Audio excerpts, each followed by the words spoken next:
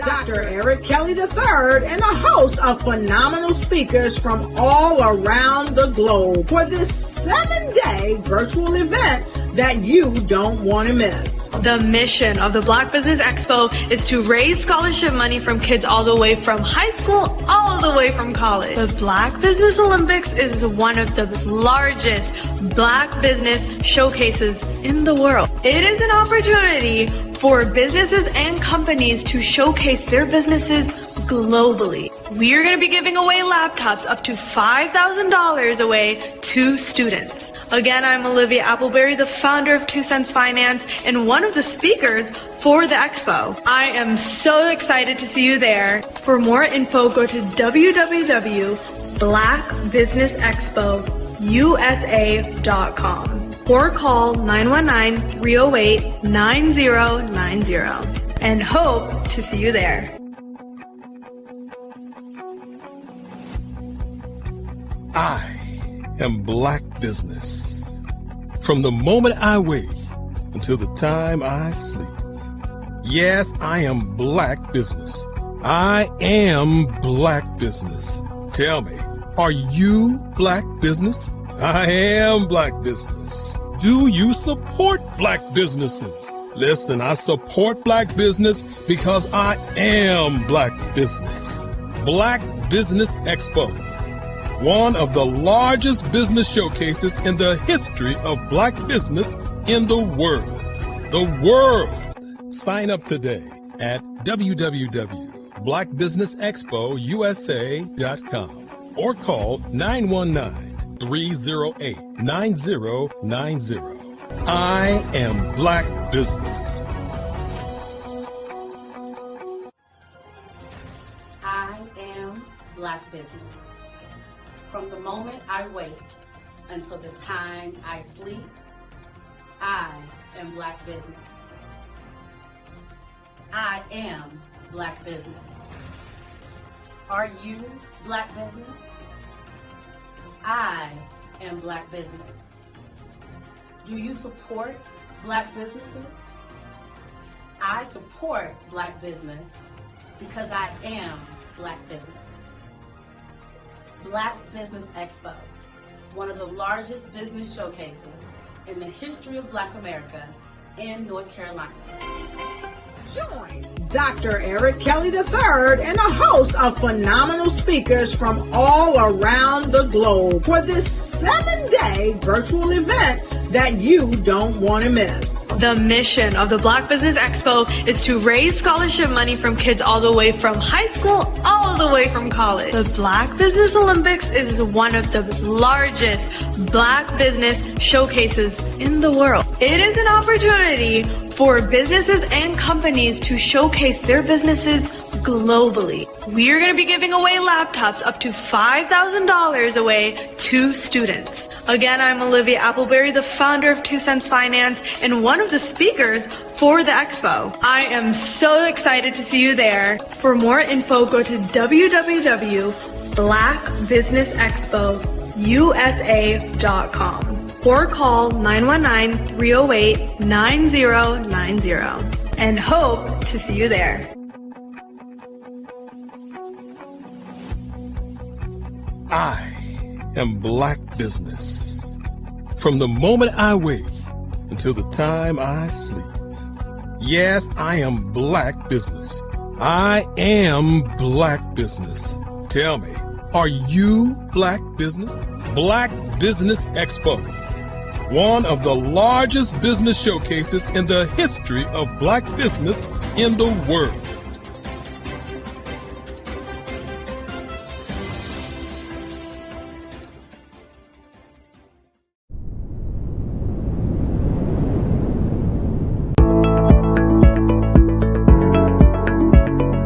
Prepare for what's coming and dominate in economic winter. Stand strong and thrive by showcasing your great products and services globally through the Black Business Network and Black Business Olympics. The Black Business Network has showcased over 2,000 companies with over $7 billion in sales each year. Over 10 million attendees have viewed the rebroadcast each month. Through the Black Business Olympics, unique styles of business training and mentoring are turning students into business owners and entrepreneurial warriors who will dominate in any economy. Gain the ultimate advantage of the Black Business Olympics, 7 days of unbelievable topics and speakers speaking around the globe. Donate your time and experience to provide expertise and scholarships to students worldwide and change the world. Now, more than ever, new insights, tools, strategies, and capabilities are needed. This is your chance for a major presentation to the world. Fill out the form and join the more than 2,000 speakers who have presented to over 200 countries. Join the Black Business Network streaming live into the Metaverse, STEM City, Black Multiverse Enterprises, Hulu, Amazon, YouTube, iHeartRadio, Apple, Facebook, LinkedIn, Pod TV, IBM TV, Spotify, and Google Podcasts. Sign up today. Spaces are limited, and we will see you there.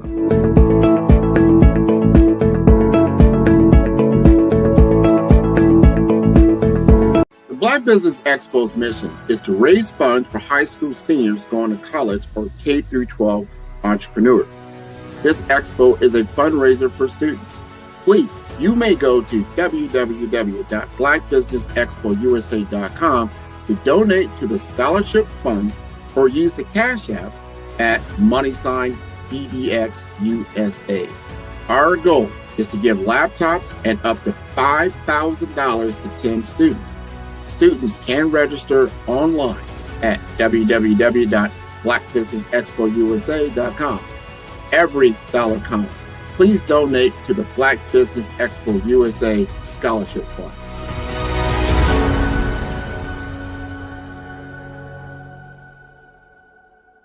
I was born in a little village on the island of Haiti. Many deadly diseases pounded me.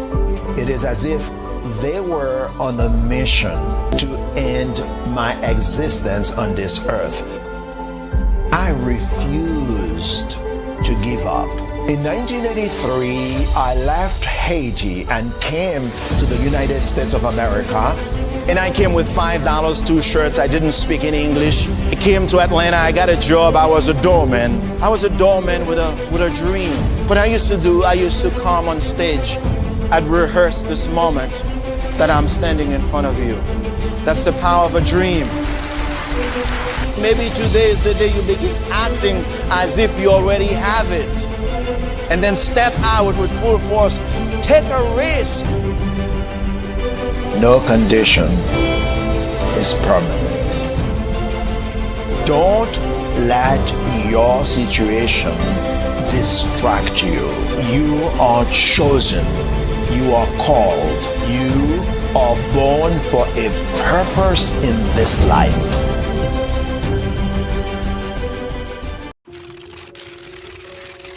Bravery is not the absence of fear, but the ability to overcome it.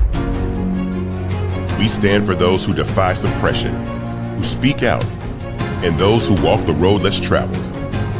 Everyone deserves to be seen and their voices to be heard. We're sparking a movement, growing a community of creators united by the desire for freedom, choice, equity, and ownership. At Fanbase, it's all for one and one for all. We support each other to guide, promote, and uplift you in a place where you can unapologetically be yourself. A place where your voice, ideas, and creativity are not just welcomed, but celebrated. We are Black founded, minority funded, and supported by a diverse, inclusive, powerful community that believes in the strength of authenticity and individual choice. Regardless of success or background, We welcome you, the marginalized, the underappreciated, the successful, the superstar. We're for all who seek a space to express themselves freely, where they are rewarded for being their authentic, true self. We transcend labels because only we have the right to define ourselves. We are built for the brave, the culture, the creators, and for the future where everyone has the power to shape their own destiny, where all are empowered, voices are amplified, and freedom is embraced.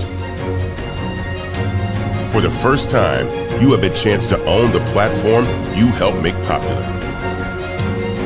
It's a revolution, a movement in how we connect, create, and share.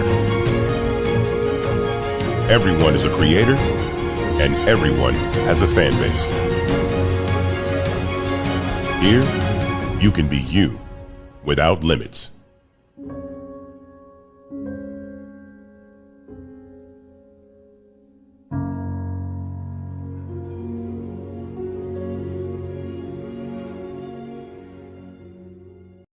At 5-Star BDM, we don't just elevate brands, we forge industry icons. Our mission is to amplify your business and personal brand through dynamic AI-enhanced strategies and an elite professional network of over 20,000 experts. We empower entrepreneurs and small to medium-sized businesses to lead, scale, and transform.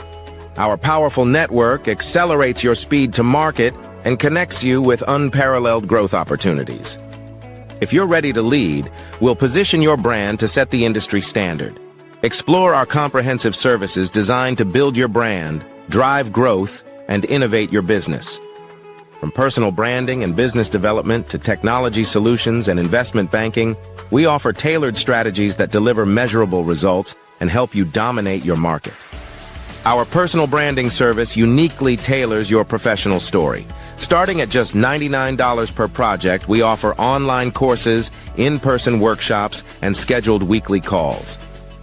Perfect for individuals beginning their personal branding journey, we help you craft a legacy that commands attention and respect.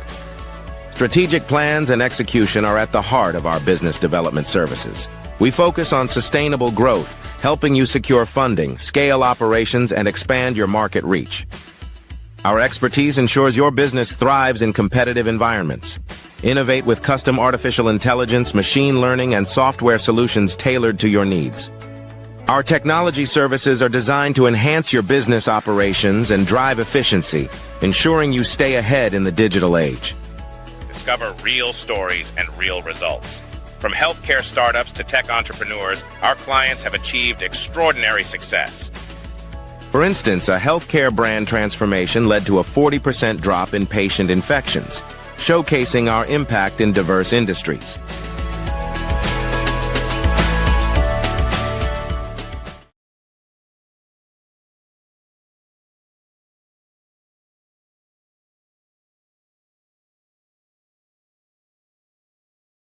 In today's world, everyone has a platform, but few have a voice that truly resonates. Standing out isn't just optional, it's imperative for survival. Through years of guiding industry leaders, I've discovered what truly sets exceptional professionals apart. Today, I'm sharing a framework that's transforming careers and opening doors to unprecedented opportunities. Your digital footprint is more than just a resume. It's your stage for thought leadership. Think of your online presence as a beacon of expertise. Every post, every comment, every share should demonstrate not just what you know, but how you think.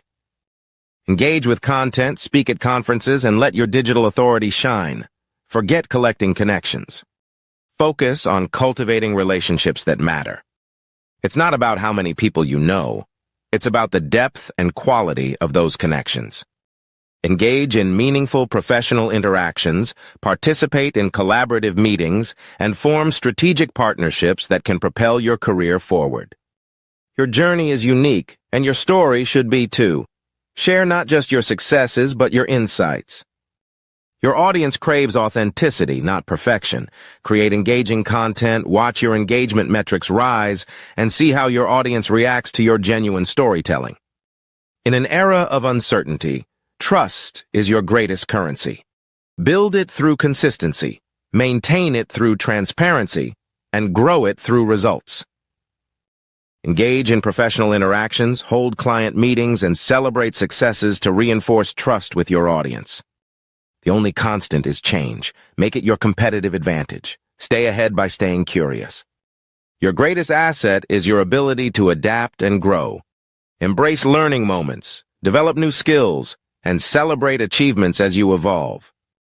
These aren't just strategies. They're the building blocks of a legacy that will open doors and shape industries. In 2025's hyper-connected world, your personal brand isn't just what you project. It's the bridge between your potential and your impact. Ready to transform your professional narrative?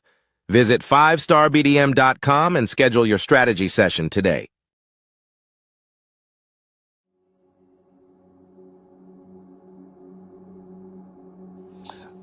I was born and raised in southeastern West Virginia, the coal fields. My father was an AME minister. For me, I was very fortunate. Even though I grew up in the segregated South, I was surrounded by flourishing Black businesses. Doctors, lawyers, bankers, dentists. They were all there and they were all successful. And I guess that's part of my dream, is to see that success come back. My name is Joseph Simmons, and I am the founder of the Center for Micro-Entrepreneurial Training. We have this moment in time where we can change the trajectory of people. And our focus is on women, Black and brown entrepreneurs, and their access to capital, their ability to build thriving businesses, the ability to employ people. There's a study that showed that in those three communities, especially Black and brown communities, $1 stays in those communities for 30 minutes. In white community, $1 stays in their communities for 8 hours. So think about it. For you in a Black or brown community to get gas, to get food, to go to a restaurant, you've got to leave your community, take those dollars out of that community and take it to another community that's already being well served. So if we can reverse that, if we can go from 30 minutes to an hour to 2 hours, that's progress. That's what we need to do. I was with SCORE. And then in May of 2020, of course, the events happened in regards to the murder of George Floyd. The other thing that I was experiencing was the denials of federal funds for small businesses. And it revolved around one thing. These businesses were not being prepared for grants and for government programs. And I came up with the idea for the Center for Micro-Entrepreneurial based off those two things. Morgan Stanley had a report out in 2020, first quarter, and they talked about there were 3 groups that were massively devastated by COVID-19 on their business. That was 1, women, number 2, Black, and number 3, brown entrepreneurs. The research showed that they had less cash on hand, they had less opportunity to go into a bank and get money, and they were very dependent on family and friends to keep their business up and running. If we can focus on those 3 groups, then we can have a dramatic impact on our communities. Really, the focus is on 3 areas. And those 3 areas are 1, the people, number 2, the courses, and number 3, a support network. Here at CMAT, we will provide you with the fundamentals for generational success. And you will be creating a vibrant community by attending our 5-day immersive training course.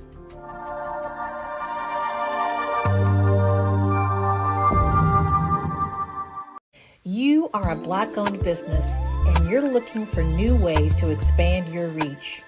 Or you're a creative and you have an amazing story that needs to be told, seen, and heard. Well, at Fayview Night TV, we're streaming the diverse and authentic narratives of Black American culture. At Fayview Night TV, you have access to product placement, feedback loops, promotional spotlights, and other ways to showcase your brand. And we have fans all around the world that can't wait to see what you're up to. So come to Fayview Night TV because we are showcasing the culture 24/7 with Black stories and Black storytellers. Subscribe to FayviewNightTV.com today. And for more information, email us at info@FayviewNightTV.com or call our hotline at 816-819-9939. Fave Unite TV, one of the largest platforms showcasing Black American content in the world. I was born in a little village on the island of Haiti. Many deadly diseases pounded me. It is as if they were on a mission to end my existence on this earth. I refused to give up. In 1983, I left Haiti and came to the United States of America. And I came with $5, 2 shirts. I didn't speak in English. I came to Atlanta. I got a job. I was a doorman. I was a doorman with a dream. What I used to come on stage. I'd rehearse this moment that I'm standing in front of you. That's the power of a dream. Maybe today is the day you begin acting as if you already have it. And then step out with full force. Take a risk. No condition is permanent. Don't let your situation distract you. You are chosen. You are called. You are born for a purpose in this life.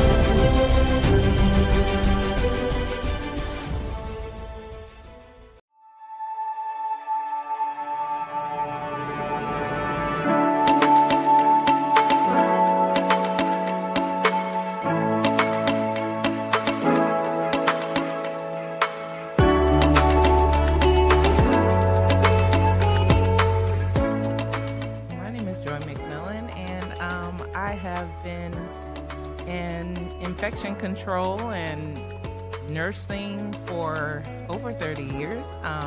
It is truly my passion. I love being able to see people who are in need go into a facility and get quality care, have quality outcomes, and don't leave with anything they didn't come in.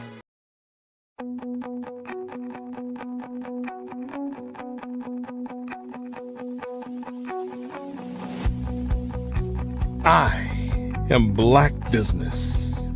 From the moment I wake until the time I sleep. Yes, I am Black Business. I am Black Business. Tell me, are you Black Business? I am Black Business. Do you support Black businesses? Listen, I support Black business because I am Black Business. Black Business Expo, one of the largest business showcases in the history of Black business in the world. The world! Sign up today at www.blackbusinessexpousa.com or call 919-308-9090. I am Black Business.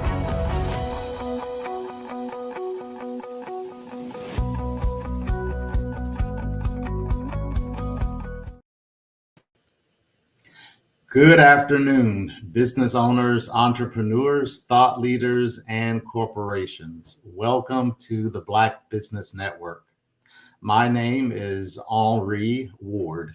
I am your business moderator for this afternoon on the Black Business Network.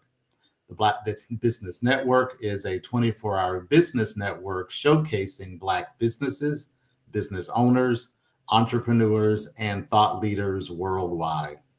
We have speakers from North Carolina, London, Singapore, Africa, Japan, and cities all over the United States. The Black Business Network is a global community sharing its business knowledge to empower, inspire, and educate businesses about business. Our speaker for today is Bukeka Blackmore. Bukeka Blackmore co-founded Fave Unite TV, a streamlining platform dedicated to amplifying African American stories and storytelling. Ms. Blackmore has decades of entertainment experience as a singer, songwriter, musician, and actor. As a professional speaker, she has inspired thousands on leadership, diversity, and self-worth. Bukeka also serves as Deputy Executive Director of Creative City, Kansas City, Inc. Let me read that again. Bukeka also serves as Deputy Executive Director of Creative City, Kansas City, Inc. UNESCO, a not-for-profit serving the city of Kansas City, Missouri, as the first and only UNESCO Creative City of Music in the United States. Please welcome Bukeka Blackmore. Hello, Henry. Thank you so much for that wonderful introduction. Appreciate you for that so much. You are quite welcome. Now, is it Fav Unite TV or Fave Unite TV? Fave Unite TV. Fave stands for fans, artists, and venues. Awesome. Awesome. So great to have you with us this afternoon. Thank you. Thank you. Great to be here. Appreciate it. Absolutely. So why don't we go ahead and get started? Why don't you tell us what inspired you to launch Fave Unite TV and what is its core mission?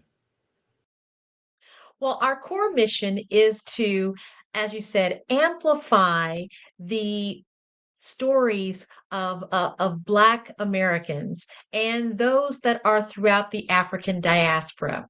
We are here to amplify the Black stories and Black storytellers, primarily to make sure that there is representation of those stories in all different facets, whether it's entertainment, movies, short films, feature films, whether it's music, food, travel, lifestyle, health, wealth, all of the things that are a part of the African American experience, and making sure that those stories are told and seen and heard. That is awesome.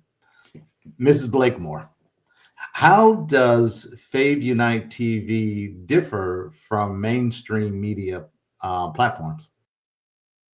Well, essentially, the difference is that we're looking at all different types of the African American experience, where it is not it's one that allows for a myriad of stories to be told. So it's the opportunity for the average and the common stories of the Black experience, as opposed to maybe even the more polished or produced stories, whether it's from our podcast or on stage, where we're getting the chance to interview people and their various walks of life.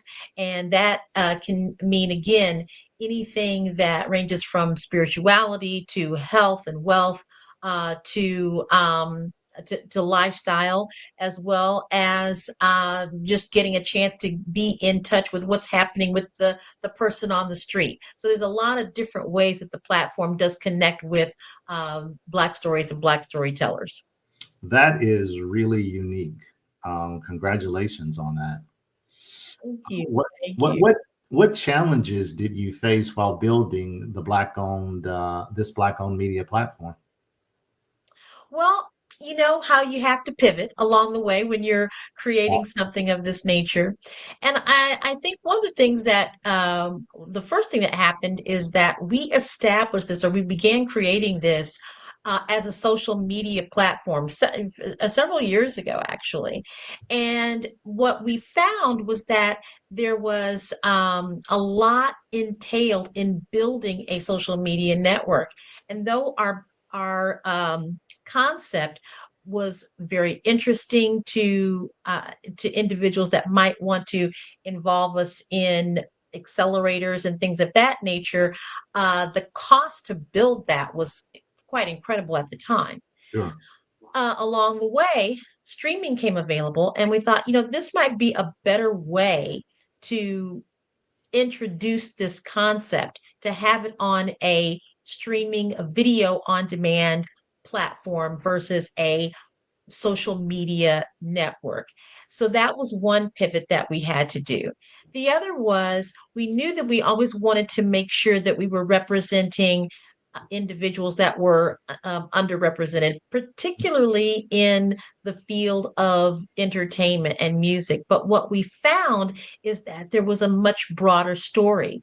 And so we really had to take the time to hone and craft and make sure that we were providing a service and a platform that was going to be accessible and welcome to all different aspects. So not just the singers, not just the filmmakers, but to all of those content creators, because we all have a story, and so those stories can show up in different ways. So it was just important for us to meet people where they are and find out what it was that they needed in order for their stories to be heard.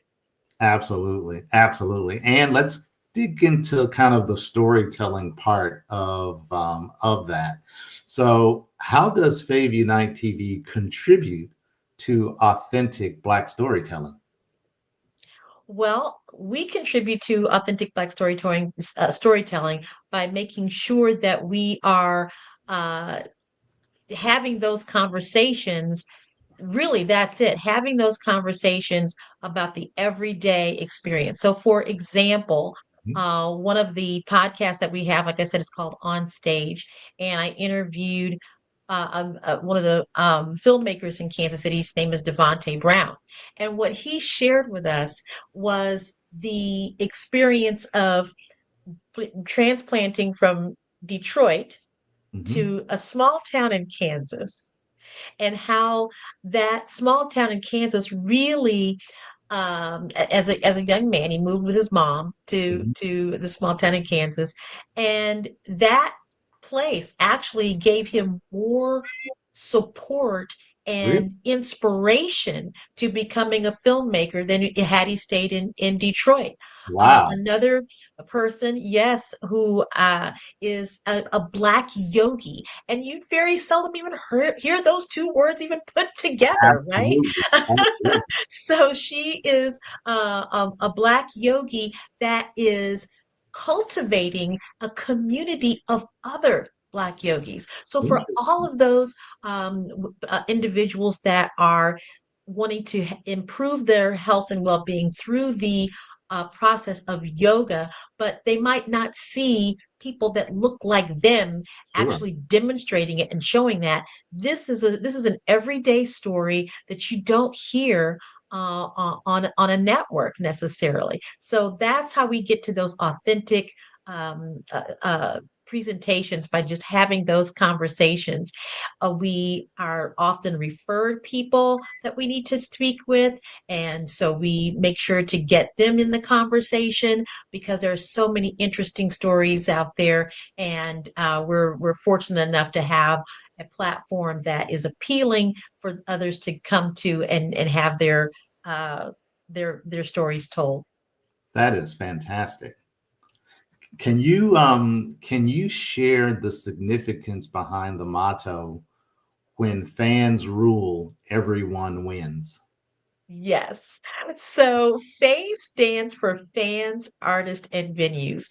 And even as we made that pivot from the social media platform to the video on demand platform, that didn't change. We know that fans rule, Mhm. right?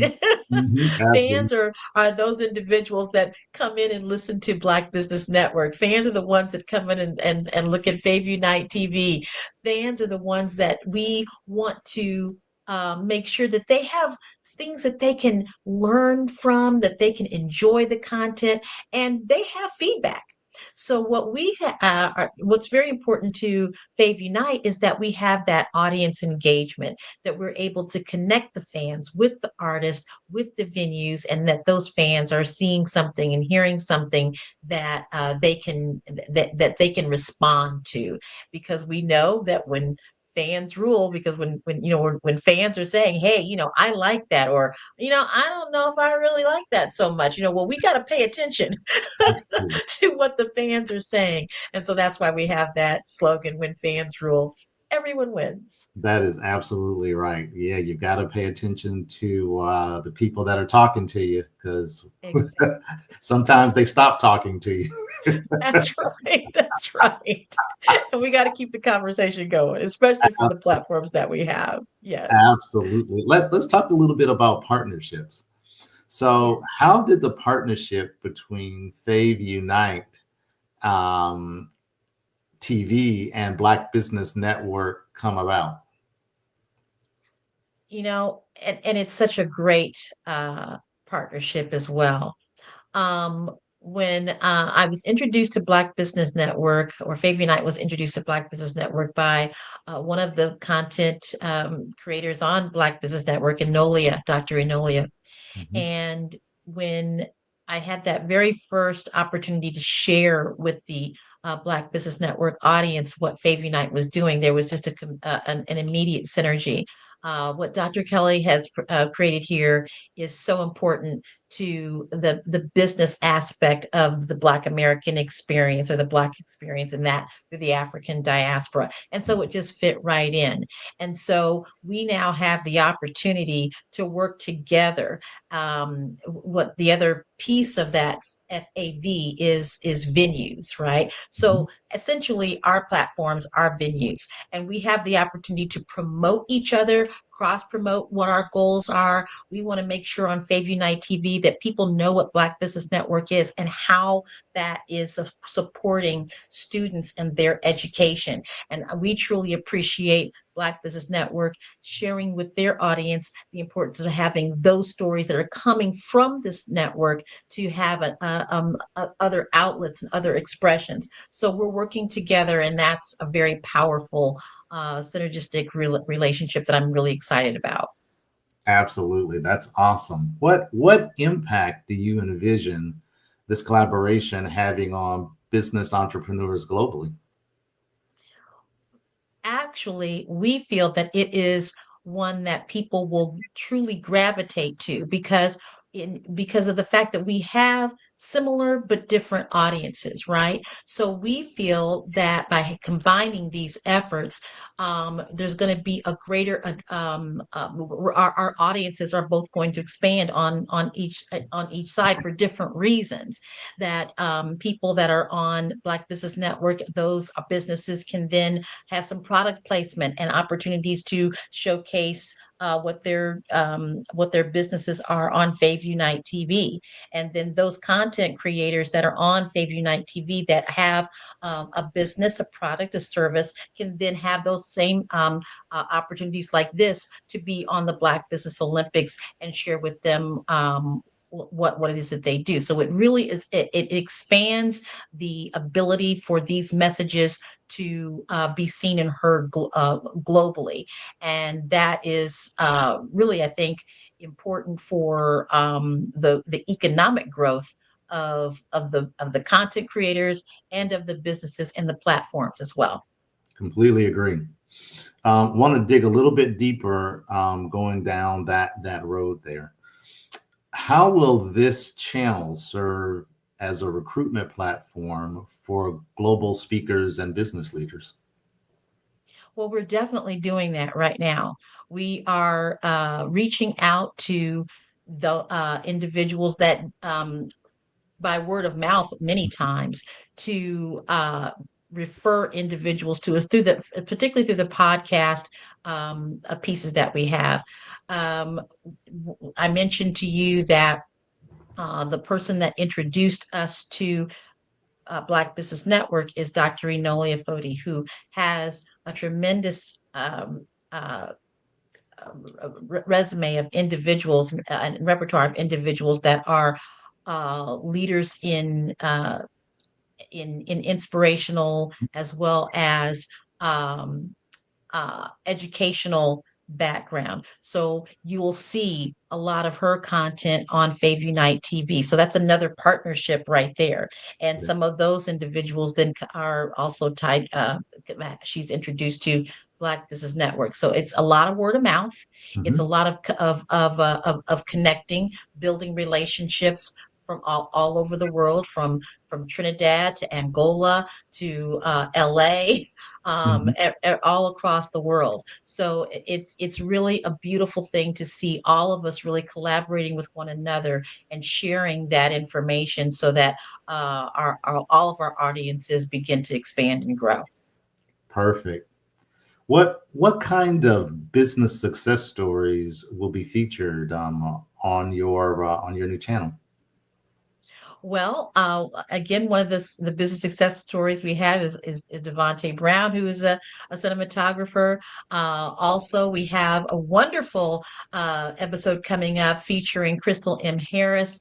Crystal is an actress, excuse me, and director and filmmaker, but she has also started her own Pilates studio in Atlanta. So being on Black Business Network or being on Favy Night TV, she will be able to have exposure of her Pilates business, and so You that can say is Black adding Business to her Network too. success.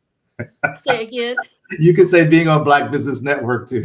Being on Black Business Network, being on Favy Night TV, we're all one, right? We're working together, There we go. absolutely. But she and I will be getting her on here as well on a fireside chat here soon. But she has a great success in her business, her new business. Another a key story that I think that people are going to really uh, find interesting is the uh, a gentleman out of Italy. He is a Nigerian in his ethnicity, but he's lived in Italy his entire life, and he has an amazing business in terms of travel and tourism. So we've had him on Favy Night TV, and we'll be bringing him, I believe, to Black Business Network as well. But those success stories have really had a showcase on our platform, and they've been able to have people contact them and say, "Hey, I saw you on Favy Night TV. I'd like to know more about what you're doing." That type of thing, and that's where that audience engagement comes from. That fan engagement comes from too. Awesome. Let's talk a little strategy. Tell me, how do you plan to ensure ongoing growth and support for Black business owners through this initiative? You know, it's the stories, Mm-hmm. right? When people are able to see themselves, that in and of itself gravitates to ongoing viewership. Mm-hmm. We know that even from probably our experiences. I'll go back and just say my personal experience. When I was about, oh gosh, I can't even remember how what age I would have been when this happened, but when we started to see more Black faces in roles on television that were doctors, Mm-hmm. lawyers, um, prominent business owners. I remember feeling like, wow, I'm seen. I see myself in that regard, right? And so that is the same with Fave Unite TV. We are making sure that people can see themselves in these in the episodes, in the stories, in the live streams, that they now feel like, well, I can do that. I have that capacity. I have a story to tell. And with that, and I hope I'm answering your question, Absolutely. that this empowers empowers people to be able to share more of what they are doing, even if they're not pros at it, Mm-hmm. right? Even if they're just kind of starting out. Um, One thing we know, particularly for content creators in this video space, is that people really want to see the real you. Like, Mm-hmm. yes, I can come on and have all the glam in the world. Right, right. I could come and I have all the, the suits, the ties, and all that good stuff. But then, for example, earlier on Black Business Olympics Today, I interviewed my father, Dr. Robert G. Newby, Nice. and this dashiki is Mhm. his from like 1970 something, Oh my right? goodness. And so this piece of apparel right here has its own story, Absolutely. and so um the fact that we're able to be very authentic, be very real. We can, on Fave Unite TV, you're going to see me doing some, having my own wellness journey, right? Mhm. So it's not always lashes and earrings, right? It's sweat and grind, right? Absolutely. But those are the things that people really need to see, being who we are in the moment and how that is impactful in their life, and they want to see how it's impactful in yours as well. So those are the kinds of, like we say, authentic, representation can even be as simple as I'm working out today, I'm lowering my blood pressure, I'm Mhm. changing my diet, all of those types of things. Tell us why you believe media representation is so important for Black entrepreneurs. Well, it's important because we have products to sell. We have, Mhm. we are a part of the economic um, success of our respective geography, right? Mhm. We have to be able to. We have concepts and ideas that we need to get our products to market just like everybody else, Right. and we want to be able to do that in the same way. Who's going to get their product to market in the most expeditious, most thought out way, and how that's going to impact the those that are purchasing those products. So we know that in terms of how we do business, depending upon where we are in the world, there are certain ways in which that happens, right? In the United States, there's just kind of this formula in which you have your strategy, you've got your Mhm. business plan, you have all of those things in intact, and then you go out and you share it with the world. Right. Well, obviously, one of the things that's happened since COVID is that media has been able to uh, present itself in many different ways, Sure. including the ways in which we're talking right now. That's right. And so now we have more and more opportunity for more Black businesses to showcase who they are, what they have, and and now we have ways in which to get that product to market faster had we not had this platform. So, in other parts of the world, it might be a little different. It might be more grassroots. It might be, um, more community or show up in different ways. But the important thing is that we are able to use these platforms to get our products seen, and those products and businesses have stories along with it. Like you were asking, what was the thing that started Fave Unite TV? What's the story behind that? And people really want to know those things so that they have a sense of connection with it. 100% agree. Tell us, where do you see Fave Unite TV in 5 years, and what's your ultimate vision for growth? Our vision for growth in 5 years is we want to be the leading platform for Black stories and Black storytellers to come to when they are ready for their story to be told. And we know that the individuals, especially with the way that these platforms are showing up, uh, that that access is more available than it was before. Mhm. But in the realm of, well, where can I find everybody? How can I find a myriad of those different stories?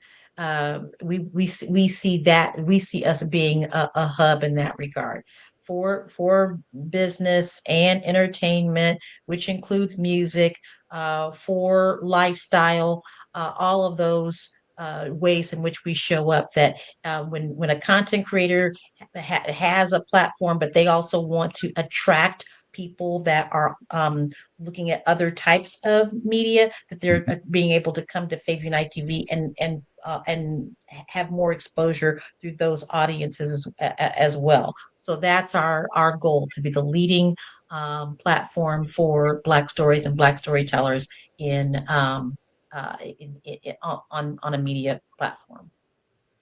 Perfect. Perfect. As we kind of wind down our conversation for this afternoon, can you tell the audience, how do you plan to expand Fave Unite TV's reach beyond the US and into a global market?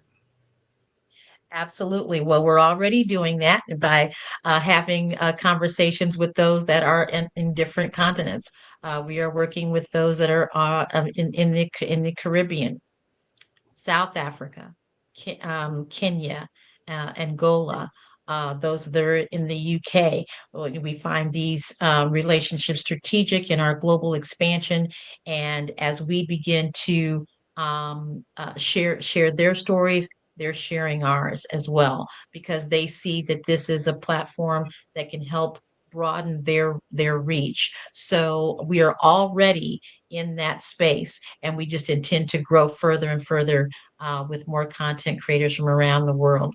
One of our one of the things I'm really excited about, there's with my work with Creative City UNESCO, that also enables a whole other avenue, which through an international organization that we can tap into. So one of the people that you'll see on Fave Unite TV is a gentleman by the name of Barbashay, out of a town in Kenya called Nakuru. And through our relationship in his as a city of craft and folk art in under the UNESCO Creative Cities Network, he now has a mural in his town, in his area, of our executive director, myself, and another content creator, Dr. Enolia, on a wall there that his students did. So I haven't been there yet, but I got to get to Nakuru, Kenya to see this amazing mural. But he is a part of our network as well. So we have great ways of expanding through various means, and Creative Cities is one of them, as well as just regular making those connections and bringing those people together. How can businesses, viewers, and influencers get involved in supporting this movement, this wonderful movement you've created? Well, thank you so much.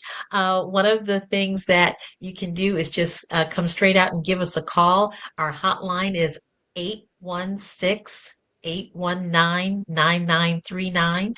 You can also email us at info@faveunitetv.com. That's info@faveunitetv.com. And you can visit our website at faveunitetv.com as well. Thank you so much, Bukeka Blakemore, for sharing your wonderful story about Fave Unite TV. And remember, genius is common. I'll see you on the other side. Thank you, Henry, so much.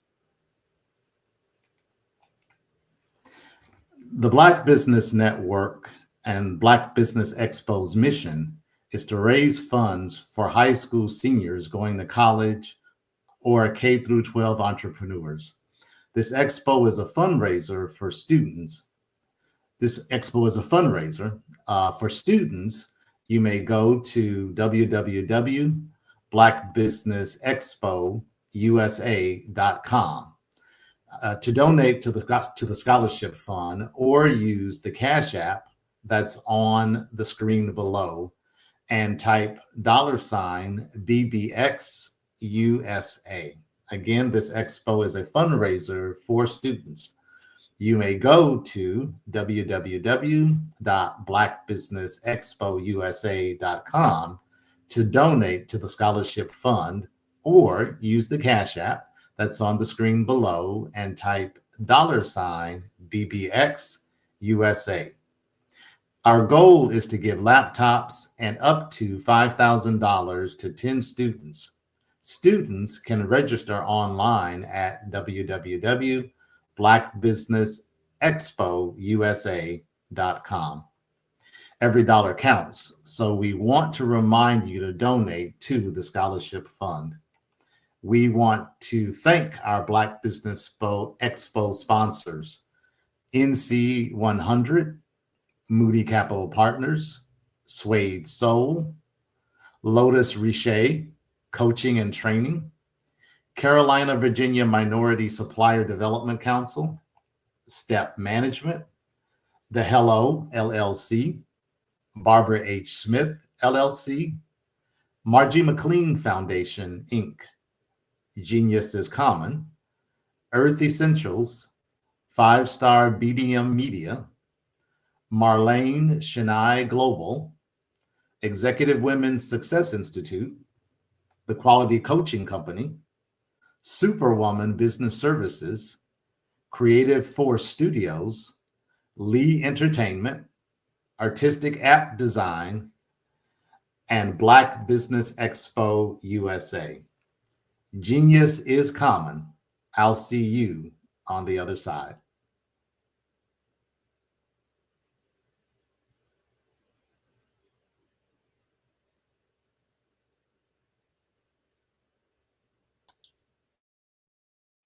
Hi, I'm Barbara H. Smith.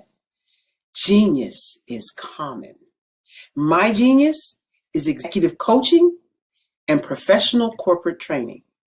As the master executive coach and corporate training ambassador for the Genius is Common movement, I help business owners craft their stories in such a way that you know exactly what they do, what they have, and what they bring to the table. Many times as business owners, we are asked, so what do you do for a living?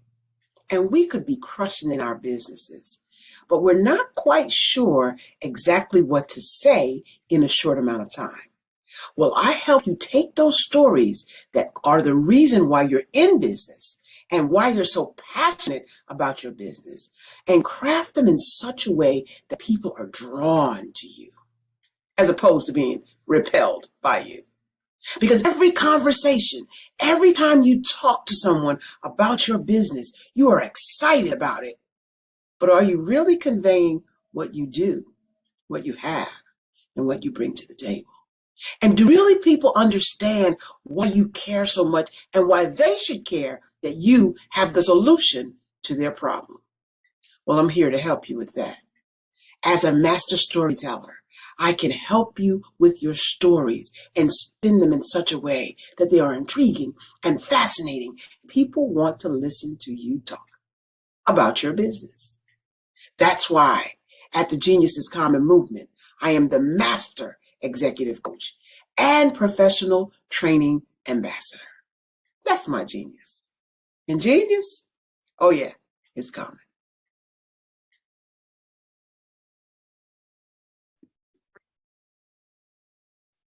Hello, I'm Dr. Madeline Ann Lewis, President and CEO of the Executive Women's Success Institute. And my genius is helping women accelerate the path to success.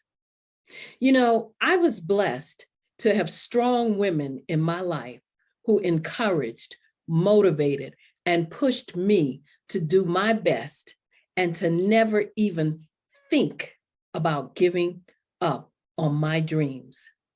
So I say to women, we must show up to rise up. We have talents and potential, but who will see them if we don't speak up and get noticed? I know that women are a tremendous resource on this planet, and there is nothing more fulfilling than helping a woman tap into her full potential. I do this because I want to be a part of helping as many women as I can to show up, to rise up. I do this because genius is common.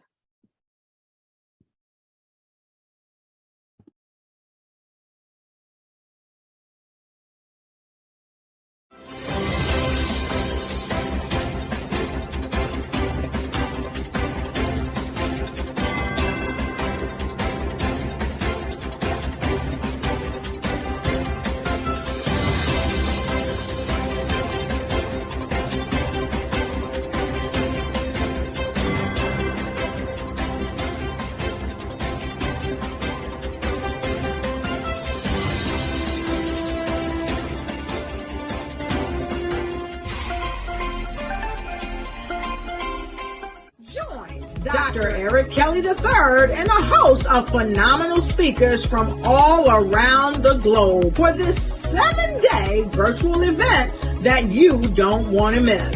The mission of the Black Business Expo is to raise scholarship money from kids all the way from high school all the way from college. The Black Business Olympics is one of the largest Black business showcases in the world. It is an opportunity for businesses and companies to showcase their businesses globally. We are going to be giving away laptops up to $5,000 away to students. Again, I'm Olivia Appleberry, the founder of 2 Cents Finance and one of the speakers for the expo. I am so excited to see you there. For more info, go to www.blackbusinessexpousa.com or call 919-308-9090 and hope to see you there.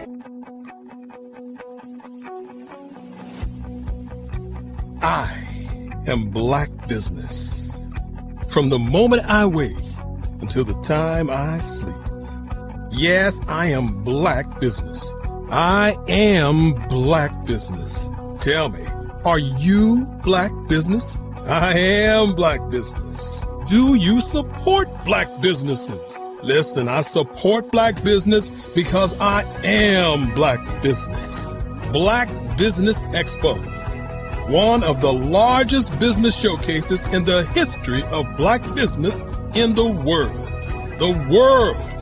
Sign up today at www.blackbusinessexpousa.com or call 919-308-9090.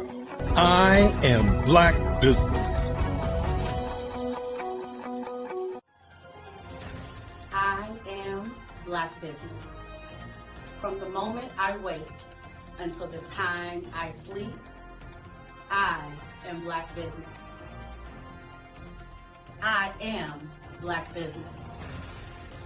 Are you Black Business? I am Black Business. Do you support Black businesses? I support Black business because I am Black Business. Black Business Expo, one of the largest business showcases in the history of Black America in North Carolina. Join Dr. Eric Kelly III and a host of phenomenal speakers from all around the globe for this 7-day virtual event that you don't want to miss.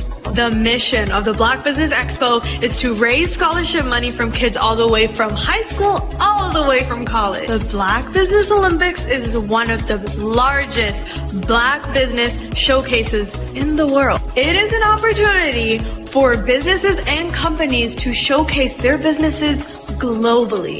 We are going to be giving away laptops up to $5,000 away to students.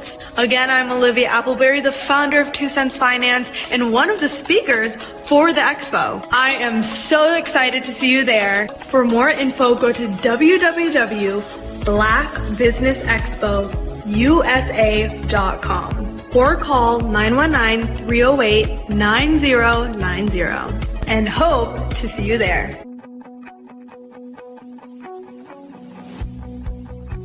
I am Black Business. From the moment I wake until the time I sleep. Yes, I am Black Business. I am Black Business. Tell me, are you Black Business? Black Business Expo, one of the largest business showcases in the history of Black business in the world.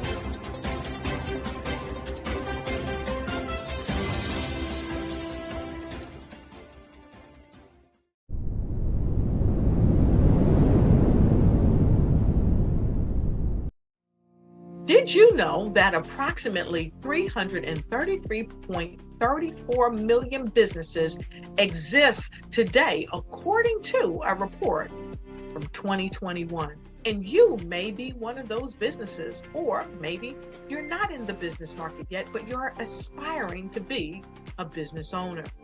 Well, guess what? You're in the right place at the right time. Because let's face it, everything is about timing and opportunity.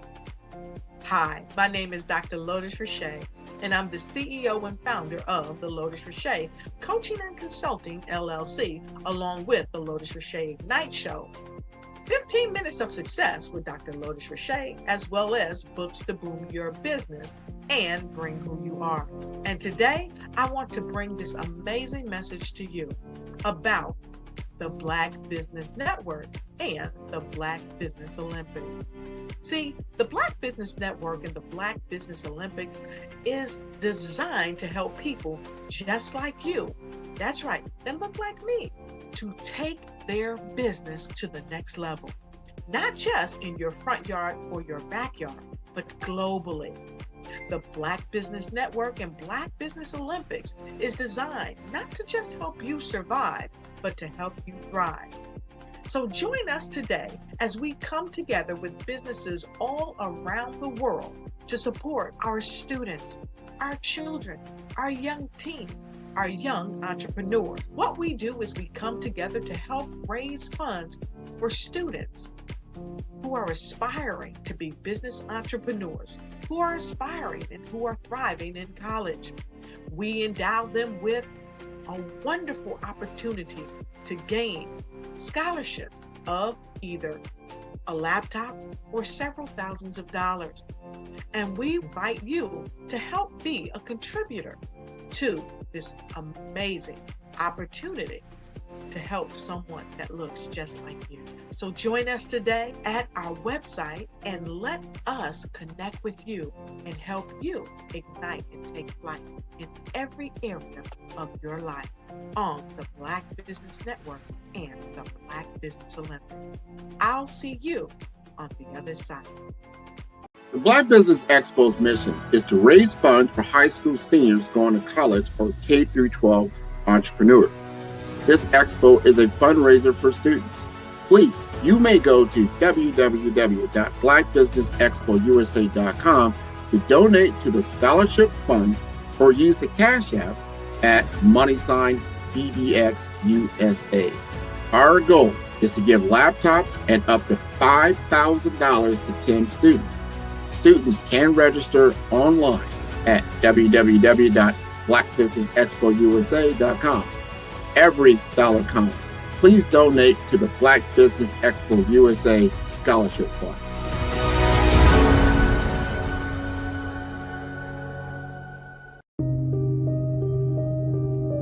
The Black Business Expo is changing my life.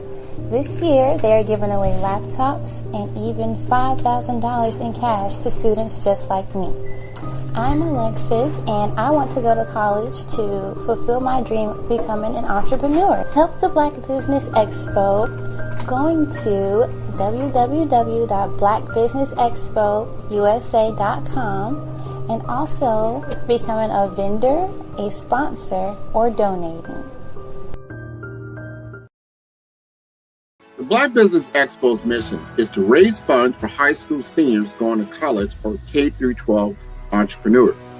This expo is a fundraiser for students.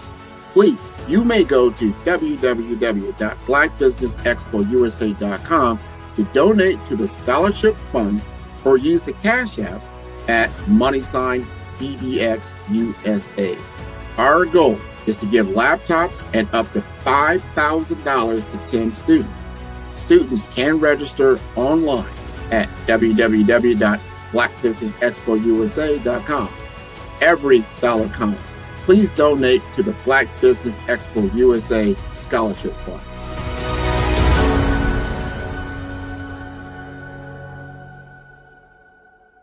Welcome to Intentionality with Dominique, the show that helps business owners become valued and in-demand suppliers in the marketplace to scale their businesses. Let's start today's show with host and intentional connector, Dominique Simpson-Milton. My favorite question to ask, but what would you say is the difference between working in your business versus working on your business? Oh my goodness, it's a mindset for sure. And prior to working with the council and working with you, I don't even know that I placed as much emphasis and importance on it. But now I understand the importance of working on the business, which is that business development, strategic planning, taking that 30,000 foot view, every 6 months and definitely at least once a year to find out what's working well, what's not, pivoting if there's a need to pivot, adding new verticals. Like, that's working on the business. Working in the business is the day-to-day operations. Putting out fires in the day-to-day, responding to emails, that type of thing. And working on the business is setting a strategy based on, what's going on in your various industries. What are the trends, and making sure that you are doing the steps to stay in front of those trends. As you grow and as you evolve, I'd say there are a couple of things to that. One is, if you are in the weeds every single day, and quite frankly, when you start a business, there's not a lot of, it's hard not to be, right? Because you're probably small when you start. There are probably not enough resources for the things that you have to do. That's normal.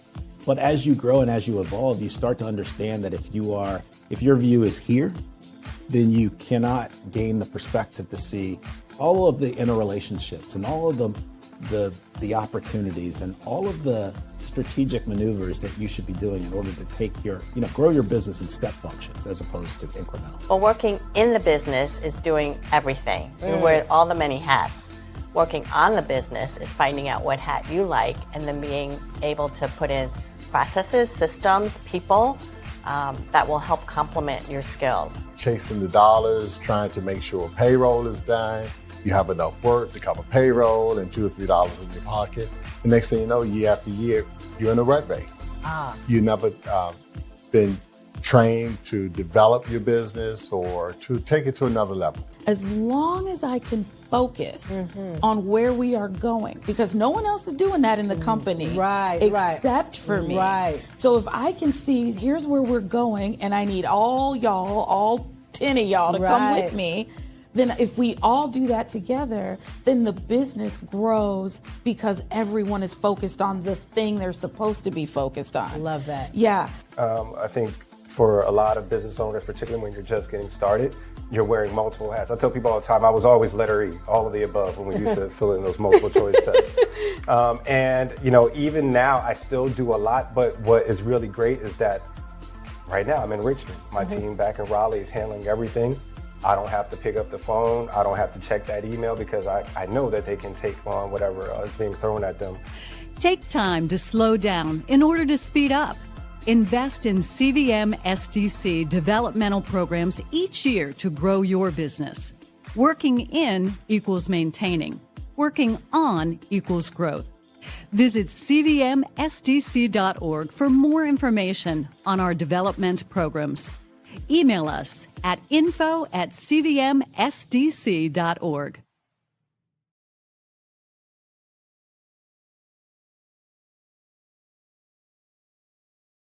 In today's competitive market, standing out is essential. 5-Star BDM, led by visionary Grant McGaw, offers the key to unlocking your brand's true potential. With innovative strategies and a passion for empowering businesses, 5-Star BDM is transforming personal branding and business development, moving brands from merely competing to dominating. At 5-Star BDM, we revolutionize personal branding by crafting authentic identities that enhance visibility and influence. Our Brave Blueprint drives measurable results, ensuring a return on investment through tailored strategies. By integrating artificial intelligence and advanced methodologies, we provide your business with a competitive edge in the digital age. Grant McGaw brings over 20 years of leadership experience with Fortune 500 companies. Named a top 10 global thought leader in personal branding, Grant's achievements include the 2024 Best Personal Brand Development Podcast for Follow the Brand. His philosophy, integrity doesn't have a price tag, is the foundation of 5-Star BDM. Partnering with 5-Star BDM means embarking on a transformative journey. We begin with discovery, analyzing your brand's DNA. Using the Brave Blueprint, we develop a strategy tailored to your goals. Our support continues through implementation, training, and ensuring long-term success with AI-driven insights and real-time adjustments. Our impact is evident.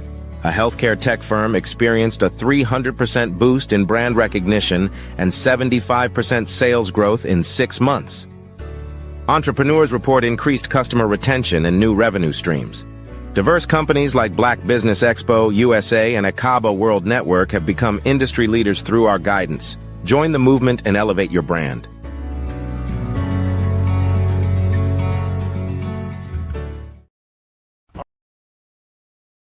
Artist to me is a creative expression of something from nothing. You know, it explodes onto the canvas, or it explodes on in my work. One of the things that I try to do more than anything is I try to just give the lines and the movements and emotions and expressions into what I do. Art really means to me a chance to express how I feel deep down inside.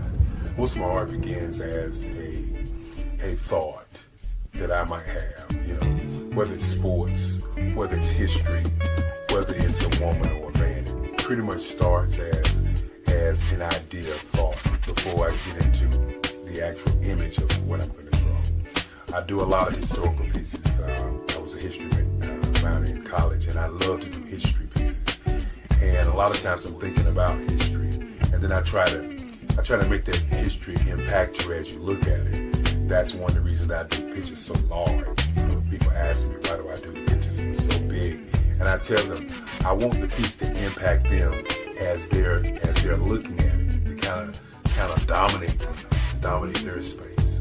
And most of my pieces I try to do off page. I don't try to do anything that's going to be in those four corners or in a square. And I want your imagination to be a part of the piece that you're looking at.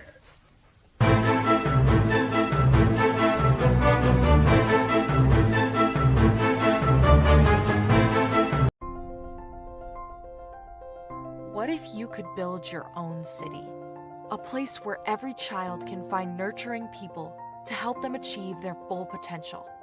A place where every adult can access job training support. Where health education is abundant. Where social justice ruled the land. A place without limitations. Welcome. You have arrived at STEM City USA. It is what every city should be. A safe and trusted community where you find people and resources to help you become everything you are and beyond. STEM City is unlike anything you have ever experienced. It is a digital twin of the world around you, only better. STEM City is about energy and soul renewal. It is more than a digital world. You can almost feel the power of live cultural events, music, and theater. STEM City promises a better future for children, with caring mentors and hands-on activities, with dedicated tutors to support our youth. STEM City is your passport to a healthy lifestyle, with weekly events addressing our community's many issues. STEM City is your financial well-being, with helpful information on wealth management, career advancement, job training, and so much more. STEM City is the community you deserve. It is the city where your dreams can come true. STEM City USA, a place in the sky that is accessible to all who reach for the stars.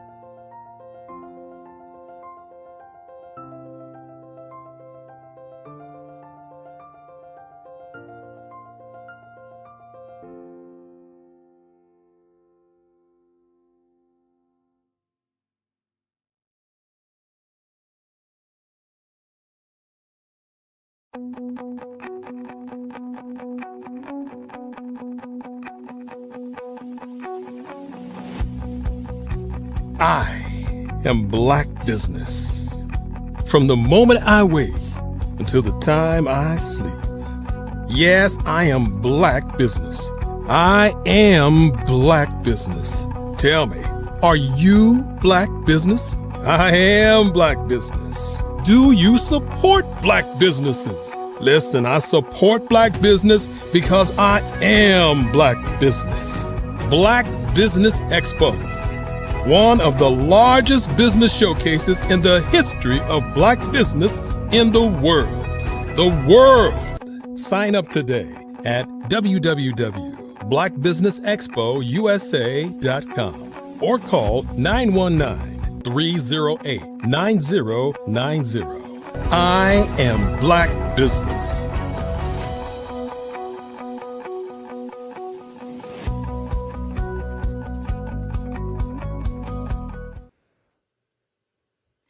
Good afternoon, business owners, entrepreneurs, thought leaders, and corporations. Welcome to the Black Business Network. My name is Henri Ward. I am your business moderator for this afternoon on the Black Business Network. The Black Business Network is a 24-hour business network showcasing Black businesses, business owners, entrepreneurs, and thought leaders worldwide. We have speakers from North Carolina, London, Singapore, Africa, Japan, and cities all over the United States. The Black Business Network is a global community sharing its business knowledge to empower, inspire, and educate businesses about business. Our speaker for this afternoon is Turia Haj. Turia Haj is the owner of Miaba Consulting Services and founder of Social Media Saturdays and Serve, as well as Share Shine, online platforms committed to helping, coaching, consultants, thought leaders, all share their authentic message in the marketplace. Her commitment is to help you discover the brand story that reveals the lessons learned at times in your life where you found the courage to show up and shine. Please welcome Turia to our platform. All right. Great afternoon, Henry. How are you? I am fantastic. Now, did I get the pronunciation right? Is it Turia? Well, it's Turia. Turia, thank you. Thank you. I always, as someone who understands that, I definitely want to make sure that I get the pronunciations right. So glad to have you, Turia. Yeah, I am super excited to be here. First of all, I just want to go ahead and say thank you to Dr. Eric Kelly, and his team for just having the vision of such a beautiful platform for the Black Business Expo. It's, always amazing, to join these and be part of the conversation to see how, the insights shared from the experts that he has on, how they uplift Black businesses and help us to connect on a different level. So I'm super excited to be here. Absolutely. And we are super excited to have you. Why don't we get started? Why is brand visibility crucial for business owners, especially coaches and consultants in today's digital landscape? Yeah, this is such a great question because what I found is that we have so many amazing people out here in the business world, especially as coaches and consultants, which is my ideal audience. And they're what I call the best kept secret, meaning that they're out there, they provide wonderful services, but they aren't reaching as many people as they can, or touching as many lives as they can with their business because they struggle with visibility. And visibility is one of the things that's very crucial to if you are a business owner, because if no one knows that you exist, then they don't know the problem how you could help them solve the problem that they have. Okay, so it's very important for us to show up, not just for ourselves, but for the people that we're called to serve. And so one of the things that when I take a look at visibility, first of all, helps you to do one thing. And that one thing is to build your credibility. And so as you show up, people get a chance to know who you are. They get a chance to learn more about you, know how you serve.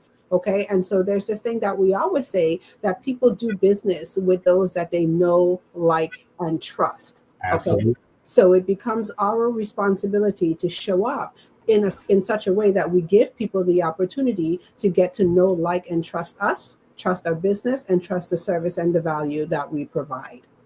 Okay. Awesome. Yeah. And then I would also like to add to that, without visibility, once again, our products and services won't get the traction that they need. Right. And so one of the things that I see all the time is that we're experts out there and people struggle. I hear things all the time in the marketplace, like, I don't like social media, so I'm going to talk from a social media perspective. Like, I don't like social media. Social media is a challenge for me. I don't know what to do. It's overwhelming. But one of the things that I look at is that this is one of the easiest ways for you to build brand visibility, and one of the inexpensive ways. And I'm just going to say that. And so if you're out there, especially if you're just in the beginning stages of starting your business, you want to take a look at all of the opportunities that social media has to offer to help you increase your footprint in the marketplace. Excellent advice. Want to pull on that string a little bit more. Taria, what are the biggest mistakes entrepreneurs make when trying to grow their online presence? Yeah. Oh, wow. That's such a great question. So one of the things that I'm going to say is being inconsistent. So that's one of the first things. And, it's when I look at consistency in the marketplace, one of the things that I've learned to do is kind of redefine what consistency means. Okay. So I started back in this space years ago when social media was a new thing, and most of the people on there, the gurus, were talking about showing up consistent on social media. And they look at consistency as you have to be everywhere at the same time. So as many social media platforms that they are, out there, they encourage people, you got to get on Facebook, you got to be on LinkedIn, you have to, post 3 to 5 times a day, 7 times a day over here, and all of that stuff. And I definitely understand that it can be overwhelming if you don't have the right support, you don't have the right strategies, you don't have team resources to show up, in that way.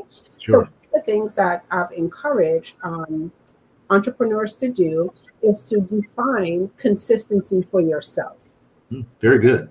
And then set the expectation for your audience of what consistency looks like for you. And so what do I mean by that?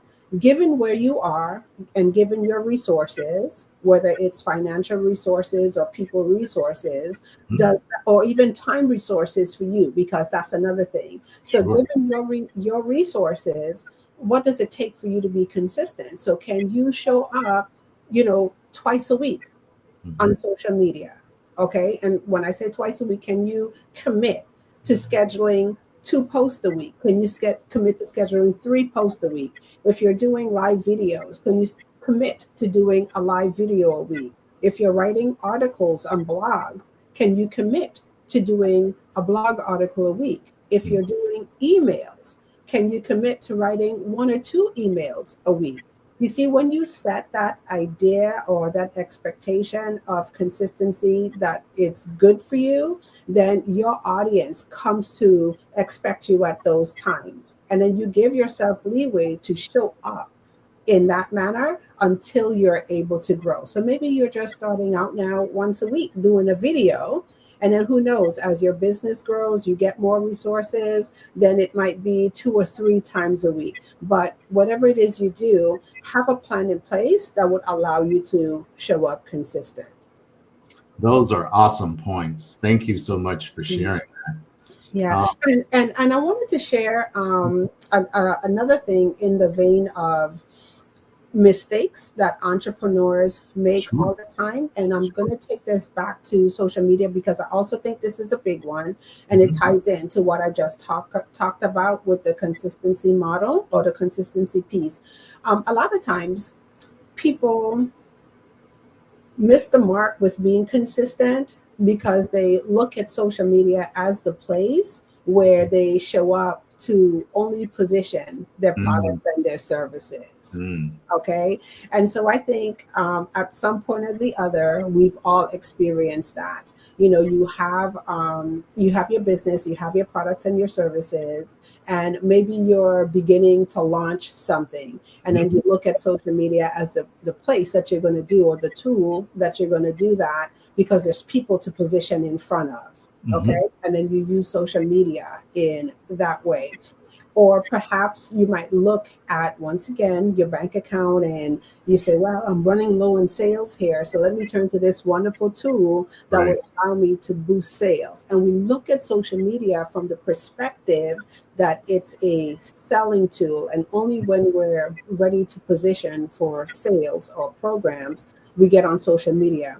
But I want to expand that a little bit.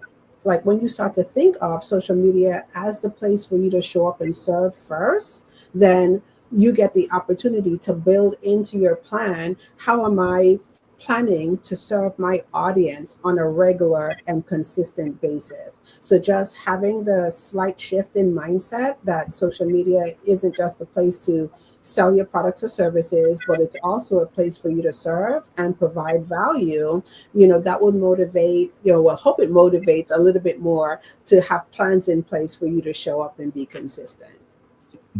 Definitely valuable nuggets.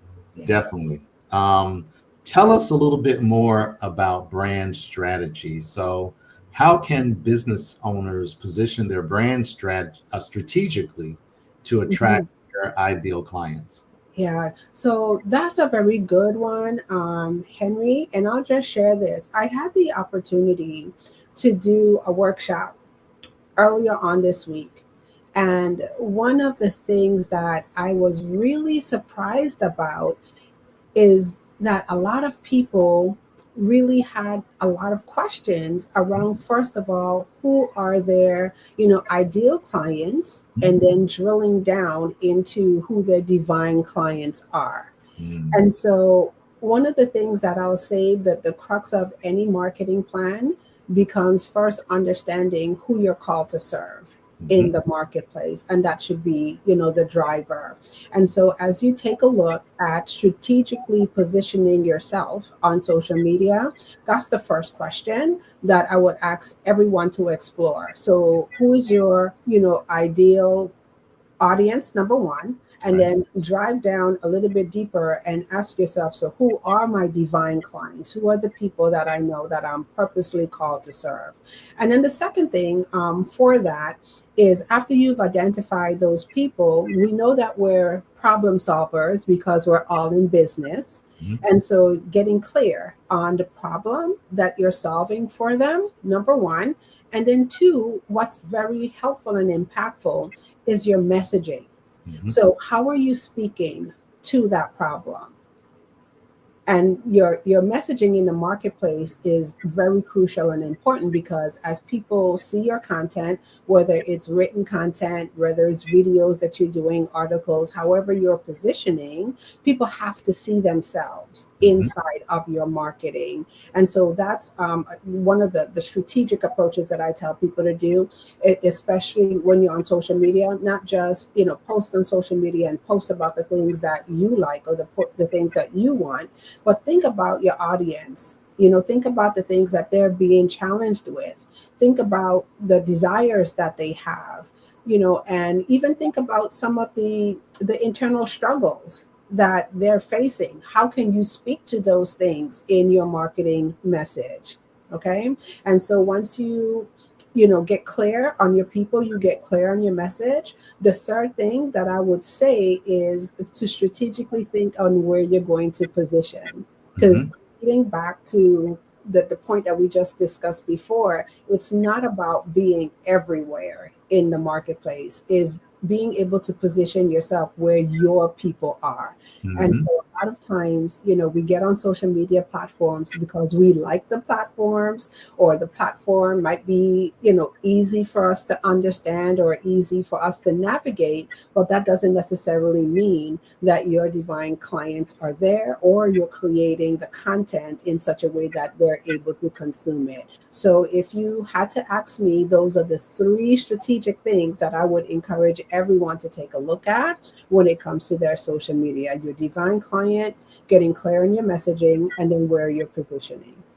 Perfect. Thank you so much for sharing.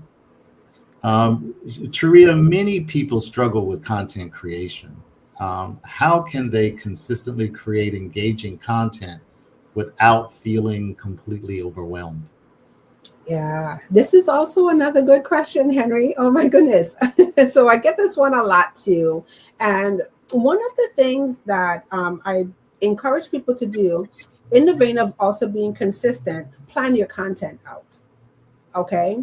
And so when I sat back and I started to unpack and unpeel this for myself, I realized that, not having a strategic way to plan conversation made me feel like I was all over the place. So sometimes we have a lot in our mind that we want to share, where, on social media, there are millions of conversations going on at the same time, but what conversations should we participate in? What conversations do we create on our own? And then how do we bring that all together for the best benefit of our business? So one of the things that I've learned to do is create buckets.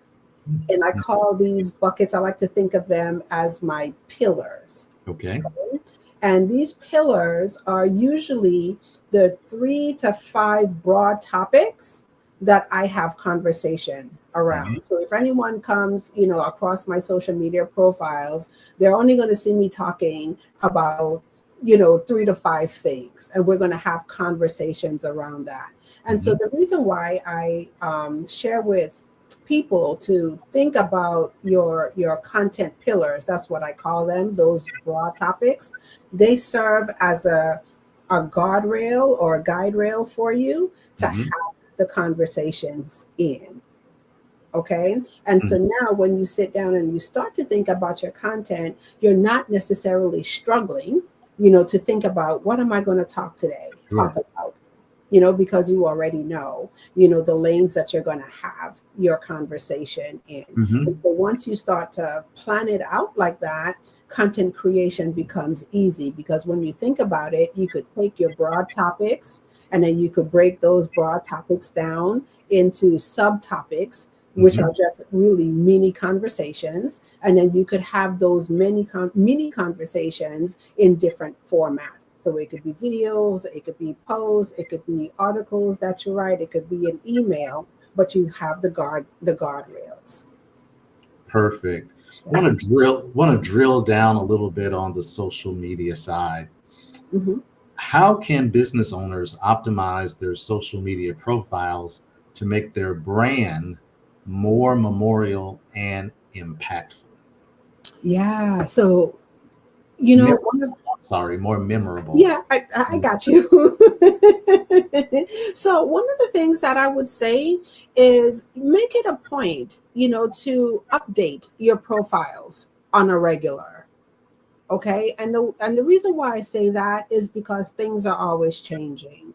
Things change on platforms. So as we take a look at social media platforms are always, adding new things. And so I'm going to pick on two platforms, for example. One of the things that I love that I see that LinkedIn is doing when it comes to your profile on LinkedIn has created more opportunities for people to share more things about themselves. So before, back in the day, it just used to be like, here, this is my business experience, this is my about me, and then this is what I do. But they have features in there now, such as you could pin things to your featured featured area. So if you're doing courses, you have classes, you speak, if you're out there, you're a speaker, you're on stages, you could highlight, the best information that you want your audience to see. There are opportunities for you, as we talk in the vein of visibility. That platform now is LinkedIn, is giving people the opportunity to do things like live video, have a newsletter, and all of those things, right? So make sure that you are aware of all of the changes and the wonderful additions platforms are making. Instagram now gives people the opportunity to have 3 links in their profile. When I started with Instagram, he only had 1 link in the profile. Now there's 3. So there's more opportunities for you to take advantage of that. And then the other thing that I'll share with you in the vein of making your profiles memorable is understanding that people really want to connect with the individual behind the brand, especially if you are, like I said, in the coaching and the consultant space, or, if your business is one where you have a service that you provide. So this is a great opportunity for you to not only share what you do in your business, but share your why behind what you do in your business. And so you could utilize some of those spaces to share your story as to why are you in this space? Why do you do what you do? And this ties back into the know, like, and trust factor. Yeah, that know, like, and trust is powerful. Yeah. Let's talk a little bit about storytelling. Okay. What role does storytelling play in attracting and converting clients through content? Yeah, so everything. Storytelling is everything. And the reason why I say that is because people connect through stories. That's the underpinning of it all. People really connect through stories. And so one of the things that I, got really present to is that when we look at ourselves, we're not the only person who does what we do. So I would love to believe that I'm the only person out there in the entire world that talks about social media strategies. Unfortunately, no, I'm not the only person. Okay. But what is it that would make people attracted to my business? They're attracted to how I serve in my business and who I serve in my business. The only way I'm able to do that is by me sharing unique stories. So once again, it ties back into the why. Why am I in this space? That's right. To begin with. Okay. And what have I experienced on my journey that I could share in my content that people can identify with, that they could say, oh my goodness, this is my challenge. I'm sitting here in this place right now. You understand what it is I'm going through. You've been there. And that's the power of storytelling. And so when we look at it, stories doesn't have to be long. I'm not telling everybody that you have to become an author in every single post that you do. But as you share your content, always think of what's the story that you're going to share that would make this content land for the audience who's reading it. What's the story that would, really enhance the value, the tips that I'm sharing in this post? So stories are very important. Pulling on that string a little bit more, can you give us an example of where someone has placed a really powerful story in their social media content, and it's gone really well, and then perhaps someone who could have done a little better job in terms of storytelling? Yeah. So I'm going to use me as the example.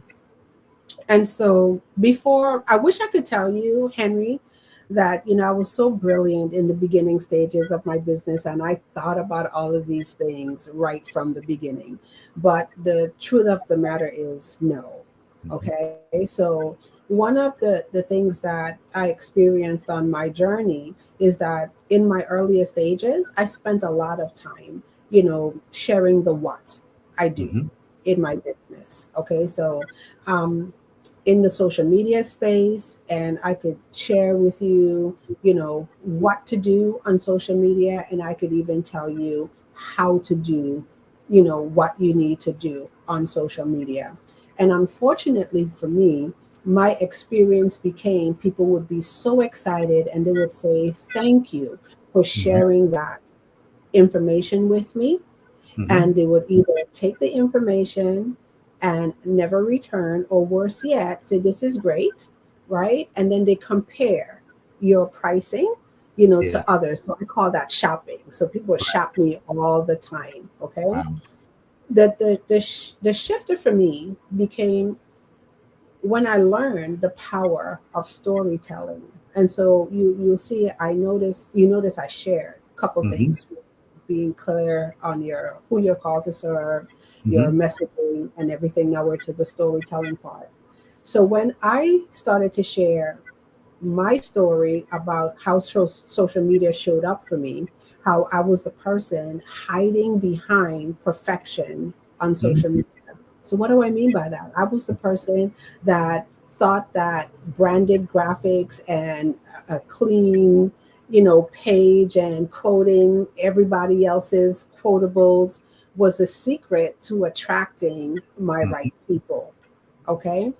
Not realizing that I was hiding out on plain sight in Wow. social media, Mm-hmm. right? Because I wasn't vulnerable enough to share my story. I wasn't vulnerable enough to share, like, even though I'm a social media strategist, these are the areas that I get hung up in sometimes. Okay. These are the struggles that I face. These are the things that I had to work through. So it wasn't until I started to share those things on social media, things in my business shifted. And so one of the examples that I give all the time is that I took my story and I now have my story as part of my profile on Very my nice. my social media platforms. And let me tell you, when people encounter my profile and they not just see my experience and the things that I do, they read my story. They reach out and they say, "Oh my God, that's me. I feel like I'm hiding. Oh my gosh, that's me. I'm so the behind the scenes person." I can't tell you how many people say, like, "I'm the behind the scenes person too." So how do I learn to show up more and build my visibility online? So that's the power of story. Use your story. So use your story not only in the content, but put your stories in the places that matter. You could, like I said, definitely update your bio area with different versions, of your story. You could play around with characters, get the things that are more impactful and highlighted, for the platforms that you're on. Thank you for sharing that. That's very impactful information. Tell us a little bit more about trust. Can you share some practical strategies for engaging an audience and building trust on social? Yeah. So I like to think about social media as the same way that we would build relationships in person. So a lot of times for people, there's a disconnect because they think that it's online. And so therefore I need to do things differently. Right. And the truth of the matter is, no, it's the same way that you would connect with someone in person. Like if you actually went to an in-person networking event, you start to think about, how do you show up? An in-person networking event. Then if I show up that way in person, how can I show up this way online? And so what do I mean by that? A lot of times when we go to network in person, what we do, we make note of the people that we want to connect with, right? At the event. I remember getting the cards and writing the notes on the back of the cards and everything. And then I would come home and then I would set a time. And then what I'm going to do is I'm going to either send an email to this person and I'm going to invite this person to have a deeper level conversation with me. Okay. You do the same thing on social media. So as you meet people online, whether they're commenting on your post, maybe you've shared, an event that you're promoting, don't be afraid to take the extra step and reach out to that person and say, hey, thank you for connecting with me in this manner, but I would love to have the opportunity to learn a little bit more about you and what it is that you do, and perhaps some ways that I could possibly serve you on your journey. And so a lot of times we get to the point of building the know, like, and trust factor quicker if we start to think about applying the strategies that we do in person online. So same way as you would invite someone to have a cup of coffee, you could invite them to a virtual cup of coffee. Let's jump on a Zoom for 15 minutes, and get to know each other a little bit more. And I'm always surprised that sometimes people think doing that from an online perspective seems to be a chore, but they have no problem doing it if they're in person. Sure. So it's the same principles, same strategies that you would apply, but you just apply them in an online perspective. Invaluable lessons. Definitely invaluable lessons. Thank you so much for sharing. Welcome. How can entrepreneurs track and measure the success of their content strategy to ensure consistent growth?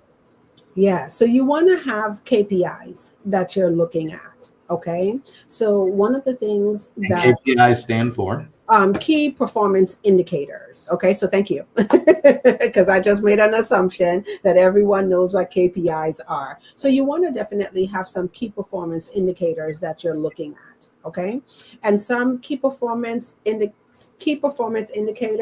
are deeper than others. Okay, so one of the things that I tell people to look at to measure the word is escaping me, the thing of your content, right? It's like you got to look at everything, look at how everything is playing out. So if you're writing content, one of the things that you want to take a look at is, okay, how many people engaged with this content? Okay. And you look at the different levels of engagement because it'll tell you how your content is working. So you put a conversation into the marketplace. Did people like the conversation? Number one. So people resonate with the conversation. What they're going to do is that they're going to like the conversation. Okay. Then you want to take a look at how many people are willing to engage in conversation around that. So how many people are actually commenting?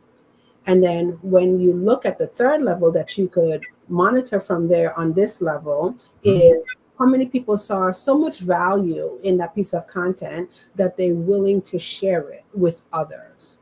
Okay, so those are like the three basic levels of KPIs that you can measure when it comes to your content.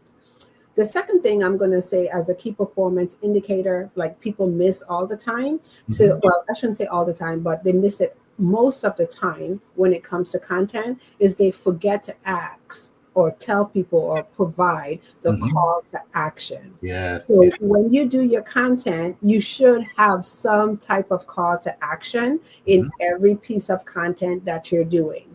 And some call to actions are greater than others, but once again, it gives you the opportunity to measure things. And so if you have a call to action to, just drop in the comments and let me know what you think about that, then you get a chance to measure, once again, engagement.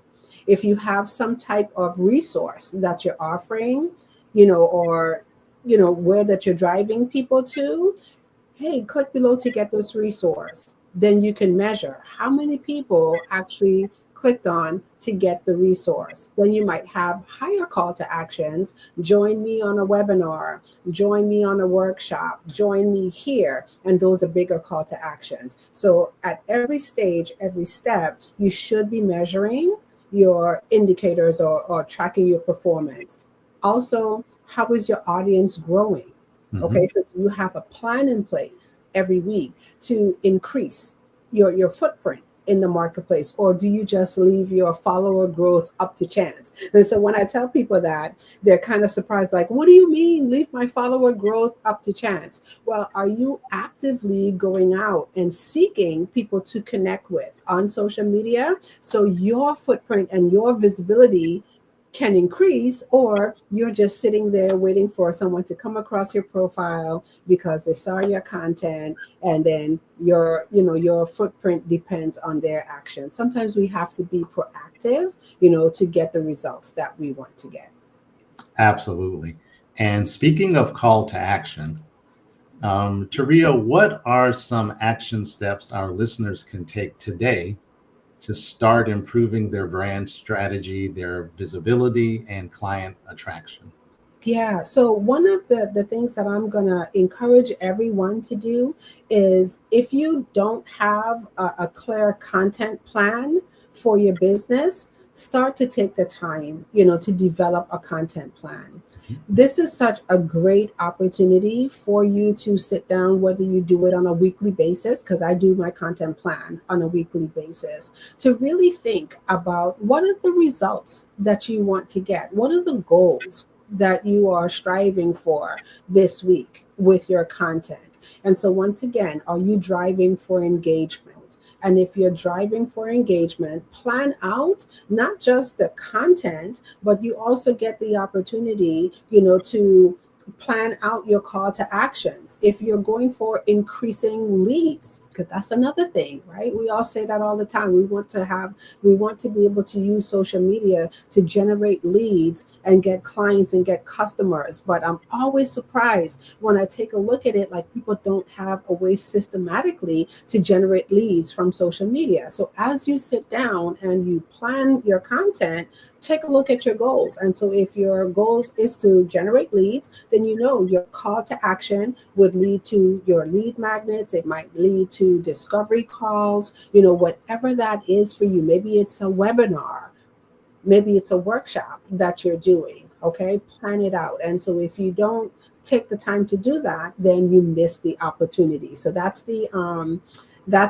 one strategy, or the one thing that I would leave the audience with today, is take time to plan to be consistent. That's the thing that I always say. You have to plan to be consistent.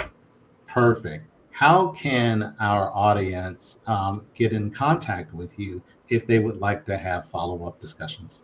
Oh, yes. So if they would like to have follow-up discussions, one of the things that I will say, I can be found on LinkedIn. So you could connect with me on LinkedIn, and that's my profile, Taria Hodge. And then also I have a wonderful opportunity for coaches and consultants. We do social media Saturdays. And so if you have questions around your social media, things that you would like to get answered, you could join me online every first and third Saturday at socialmediasaturdays.online. So once again, that's www.socialmediasaturdays.online. And this is where we have in-depth conversations around social media. We have guest experts, and it's your opportunity to network as well. So once again, Social Media Saturdays online, or you could connect with me preferably on LinkedIn at Taria Hodge, but I could also be found on all social media platforms as Taria Hodge. Taria Hodge, thank you so much for sharing these wonderful insights with us. And remember, genius is common, and I'll see you on the other side. Thank you. The Black Business Expo's mission is to raise funds for high school seniors going to college or K-12 entrepreneurs. This expo is a fundraiser for students. You may go to www.blackbusinessexpousa.com to donate to the scholarship fund, or use the Cash App that's on the screen below and type $BBXUSA. Our goal is to give laptops and up to $5,000 to 10 students. Students can register online at www.blackbusinessexpousa.com. Every dollar counts. So we want to remind you to donate to the scholarship fund.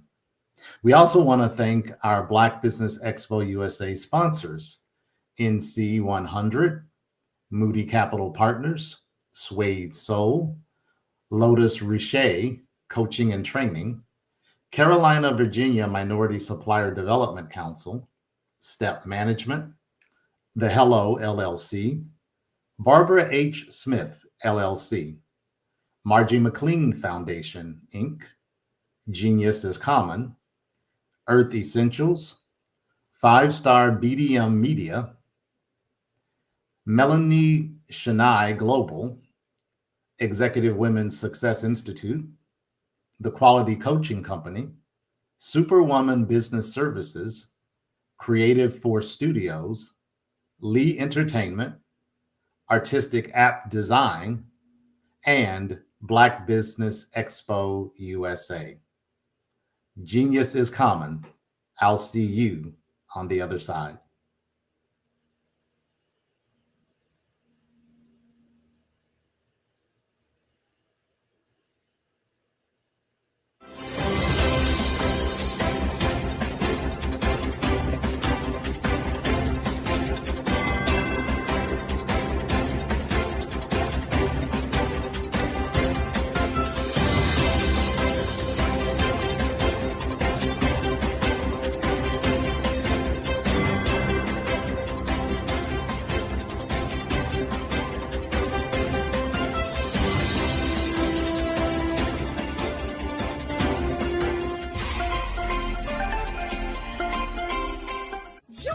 Dr. Eric Kelly III and a host of phenomenal speakers from all around the globe for this 7-day virtual event that you don't want to miss. The mission of the Black Business Expo is to raise scholarship money from kids all the way from high school, all the way from college. The Black Business Olympics is one of the largest Black business showcases in the world. It is an opportunity for businesses and companies to showcase their businesses globally. We are going to be giving away laptops up to $5,000 away to students. Again, I'm Olivia Appleberry, the founder of 2 Cents Finance and one of the speakers for the expo. I am so excited to see you there. For more info, go to www.blackbusinessexpousa.com or call 919-308-9090 and hope to see you there. I am Black Business. From the moment I wake until the time I sleep. Yes, I am Black Business. I am Black Business. Tell me, are you Black Business? I am Black Business. Do you support Black businesses? Listen, I support Black business because I am Black Business. Black Business Expo, one of the largest business showcases in the history of Black business in the world. The world! Sign up today at www.blackbusinessexpousa.com or call 919-308-9090. I am Black Business. I am Black Business. From the moment I wake until the time I sleep, I am Black Business. I am Black Business. Are you Black Business? I am Black Business. Do you support Black businesses? I support Black business because I am Black business. Black Business Expo, one of the largest business showcases in the history of Black America in North Carolina. Join Dr. Eric Kelly III and a host of phenomenal speakers from all around the globe for this 7-day virtual event that you don't want to miss.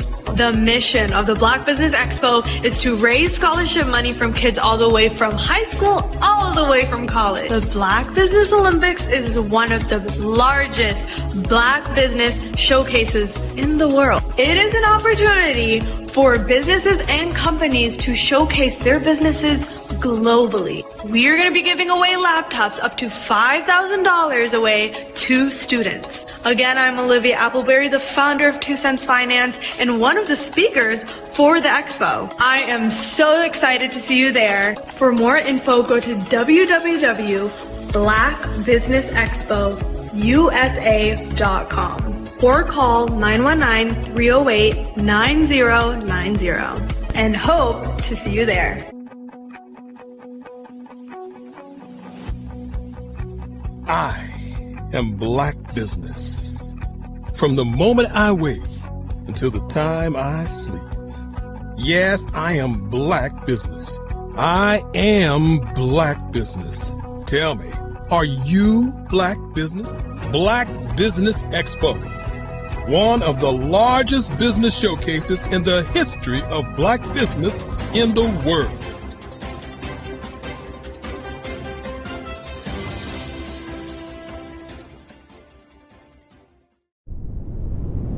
The Black Business Expo's mission is to raise funds for high school seniors going to college or K-12 entrepreneurs.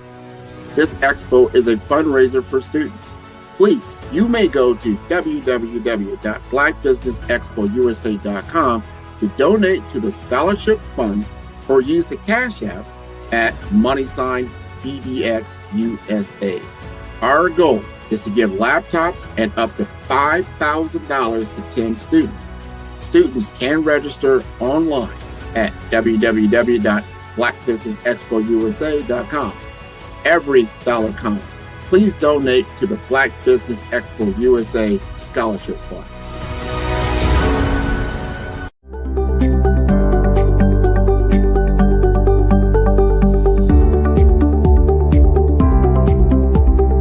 My name is Katie Bennett, and I own Lexicon Presents Publishing. We are a publishing and media company that helps you take your story and share it with the world.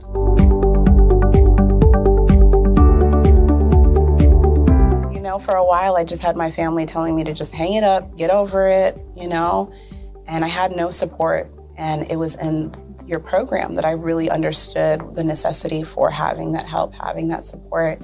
And so now I actually feel like a CEO as we scale, as our clientele changes, as my company is opening doors for other people to, you know, take care of their families. It's just completely changed from just a mom who was publishing books.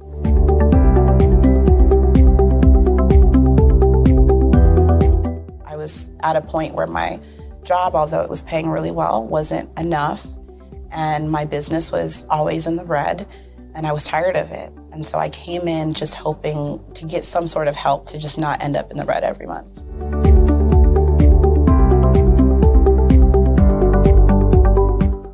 Ooh, wow. Okay, so there was one in particular, I cannot remember his name, but he asked me, he said, why are you in business? And I told him that I wanted to make a difference and I want to help my community. And he let me ramble on for a while. And then when I was done, he was like, okay, all of those things are great. They make you a humanitarian, not a business owner. And he was the one who told me, he's like, you know, you have this great service and you're offering it at like a great value price. So to someone like myself, we don't know that we're going to get the value of what you're actually bringing. And so that gave me the confidence I needed to raise my price. It gave me the confidence to go after my, you know, my actual client that I actually prefer to work with. And it really just changed everything for me. I don't think without him kind of giving me that push, I don't think I would have gotten to this point or position.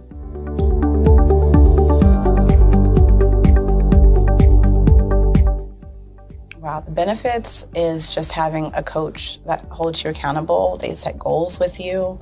That's been my favorite part. She has amazing experience, you know, and so she brings her strategies and her ideas, and She helped me narrow down, what services I actually wanted to offer, how I could actually continue to offer it, how many clients at one time could I have. All of the information that she's given has just really transformed my entire company. And so I know I would have never gotten to where I am today and having some of these partnerships that I'm, having now without her help.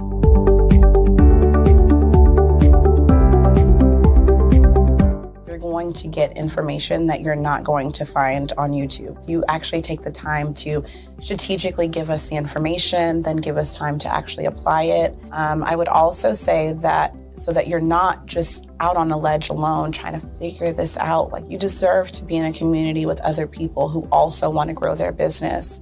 And then finally, the biggest thing I think I took away from CMET was that I had a whole office in Longwood, I still do, and at the time I had not paid my business tax receipt. I didn't know that that was something you had to do. So that was like one of the first couple days of information, and I'm like, oh my gosh, let me go get that together right now. So I'm really glad that, CMET was there for myself, and anybody else who has the opportunity, they need to do it.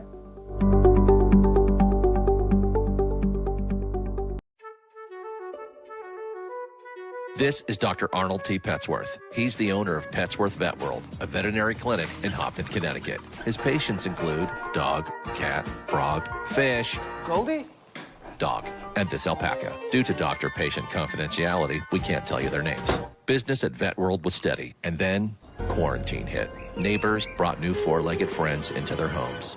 Bunnies. Bunnies everywhere. Dr. Petsworth welcomed these new patients with open arms. The only problem? There were more appointments than he could manage.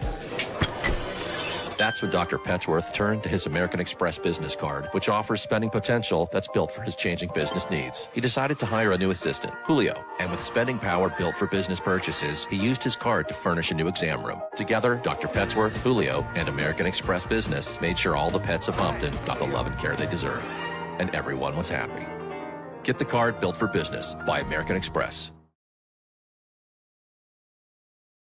Over the past few years, we've seen the growth of existing and new initiatives focused on financial inclusion, building global networks, and reducing the wealth gap in response to the idea there's not enough seats at the table.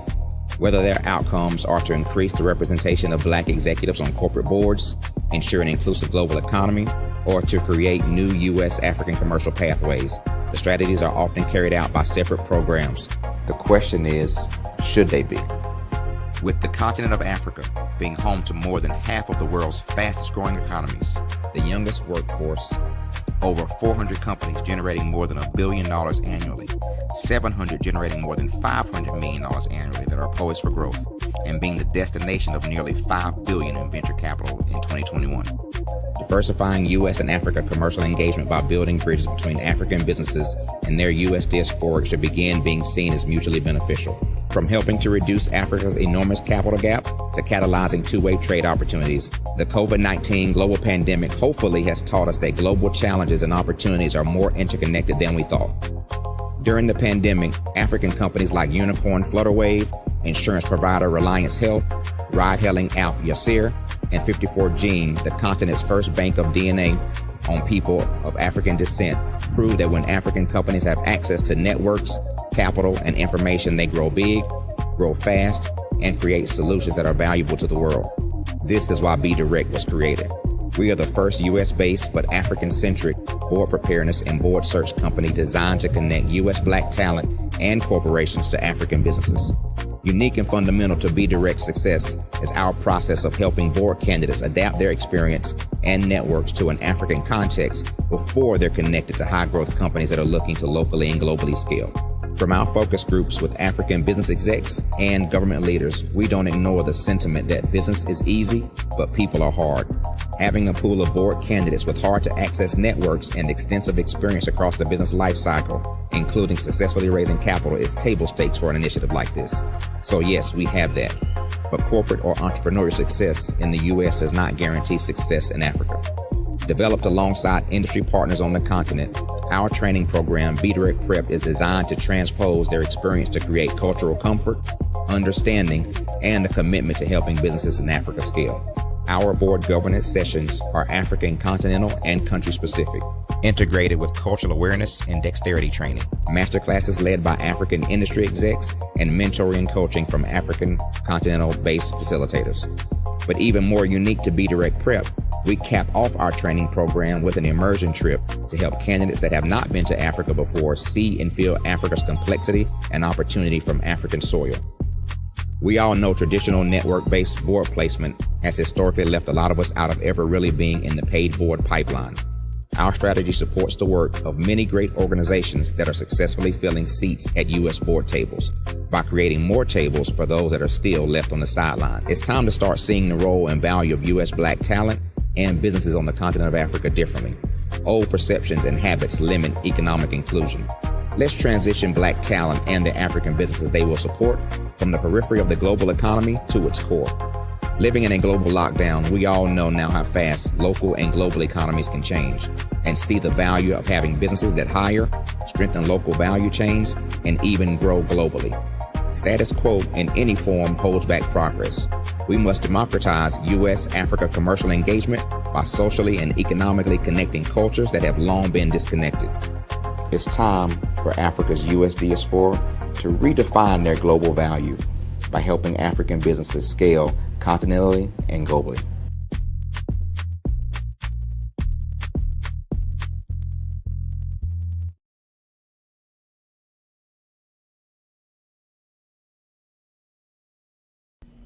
Why do I do what I do? You know, my life coach asked me that a few years ago, and she said, Tony, what's your why? And I told her, and she said, girl, you've already accomplished that. Perhaps you need a new why. Hi, Tony Harris, Amy Hoydu with Say It Said Marketing, one of your students. And just wanted to say thank you, Tony Harris, for spending so much time with me and giving me that boost in my business that I so drastically needed.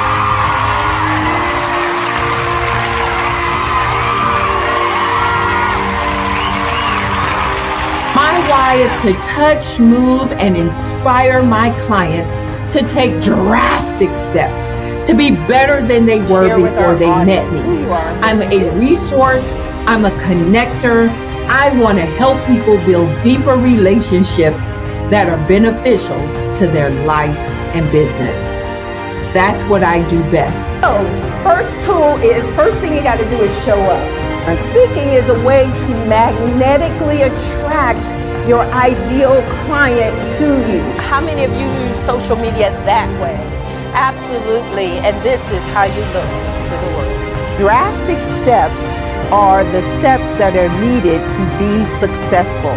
And my business is drastic denotes a mindset. Getting out of your comfort zone. Doing something that you don't necessarily feel comfortable doing, want to do, but you know it's a necessary step to be successful in your business. I get the most satisfaction when I see my connections flourishing into relationships long after I am gone. Hi, my name is Jasmine Augustine with Media Jasmine, and I've joined several networking and referral groups in the area. And Network in Action Northeast Houston with Tony Harris Taylor is one of the best organizations that I've joined. I love that piece of what I do, and it is what fuels my fire.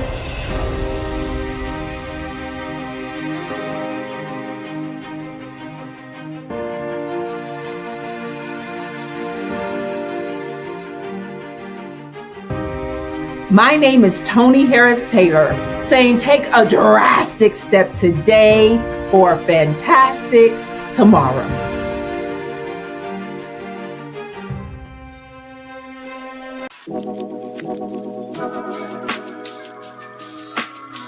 The African company and the African CEO is making a conscious decision to bring on someone external to the continent versus bringing on someone who is from Ghana or Kenya or South Africa. And so the skill sets of the people that we take through our executive leadership training program and ultimately on the placement, obviously have to be extremely high caliber. So what we look for are corporate executives at the vice president to C-suite level, as well as Black entrepreneurs. When we look at the Black corporate executives, we're looking for some very specific skill sets, whether that be around supply chain, sales and marketing, engineering, product development. We want our folks to be able to add immediate value to the corporate board, right? And the other thing is, even if they don't necessarily have specific industry experience, they're bringing a diversity of thought.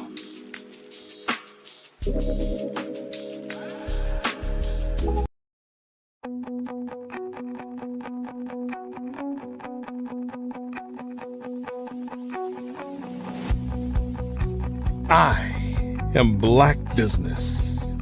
From the moment I wake until the time I sleep. Yes, I am Black Business. I am Black Business. Tell me, are you Black Business? I am Black Business. Do you support Black businesses? Listen, I support Black business because I am Black Business. Black Business Expo, one of the largest business showcases in the history of Black business in the world. The world! Sign up today at www.blackbusinessexpousa.com or call 919-308-9090. I am Black Business.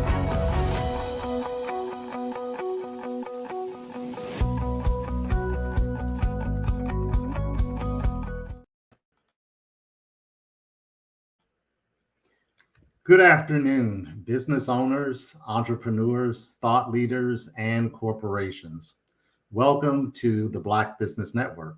My name is Henri Ward. I am your business moderator for this afternoon on the Black Business Network. The Black Business Network is a 24-hour business network showcasing Black businesses, business owners, entrepreneurs, and thought leaders worldwide. We have speakers from North Carolina, London, Singapore, Africa, Japan, and cities all over the United States. The Black Business Network is a global community sharing its business knowledge to empower, inspire, and educate businesses about business. I actually will be your speaker for this afternoon. To give you just a little background on me. With over 30 years experience spanning various industries ranging from manufacturing to high tech, my background is very deeply rooted in growing domestic and global businesses. I am currently the Chief Operating Officer at Cyber Alliance, a global cybersecurity technology company providing business-to-business software solutions and strategic managed services. I am also co-founder of two startup companies, Synergen Advisors, a global business and technology advisory firm, and BeDirect, the first US-based but African-centric corporate board preparedness and board search company, specifically designed to prepare and place US Black executives and entrepreneurs on paid corporate boards on the African continent.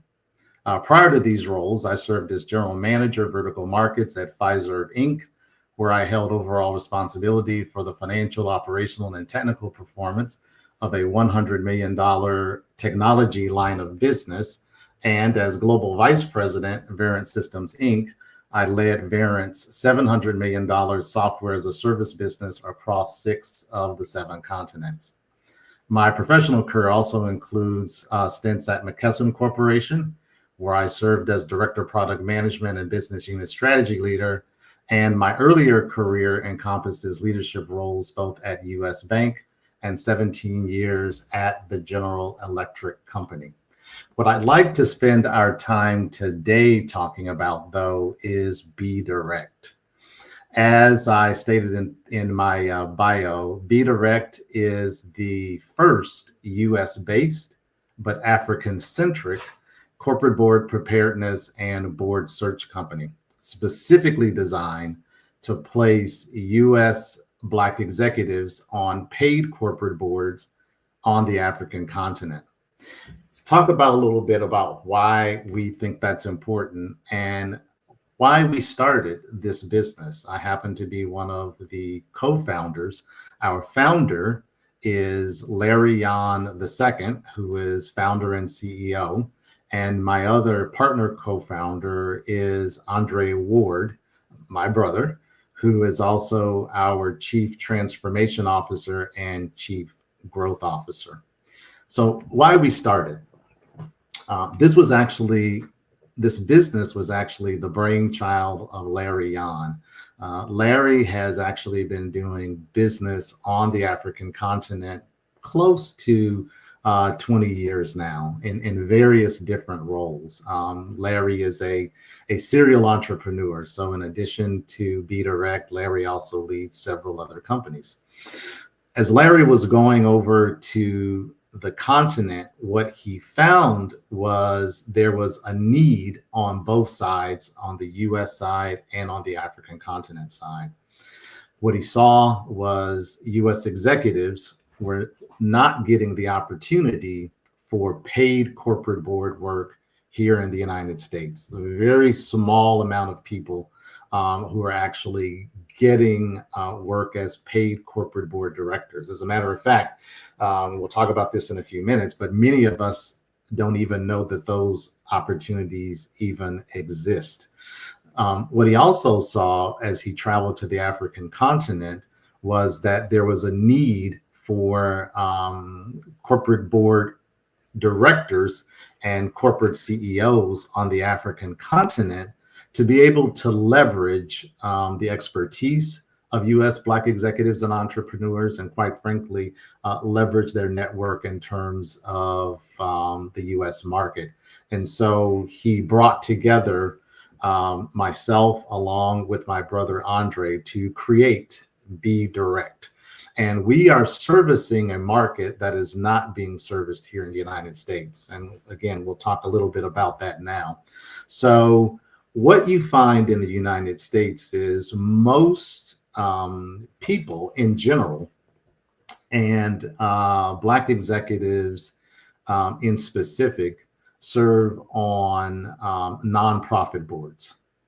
And nonprofit boards are exceptional things to participate in. I have participated on nonprofit boards myself, and nonprofit boards are essential to our community.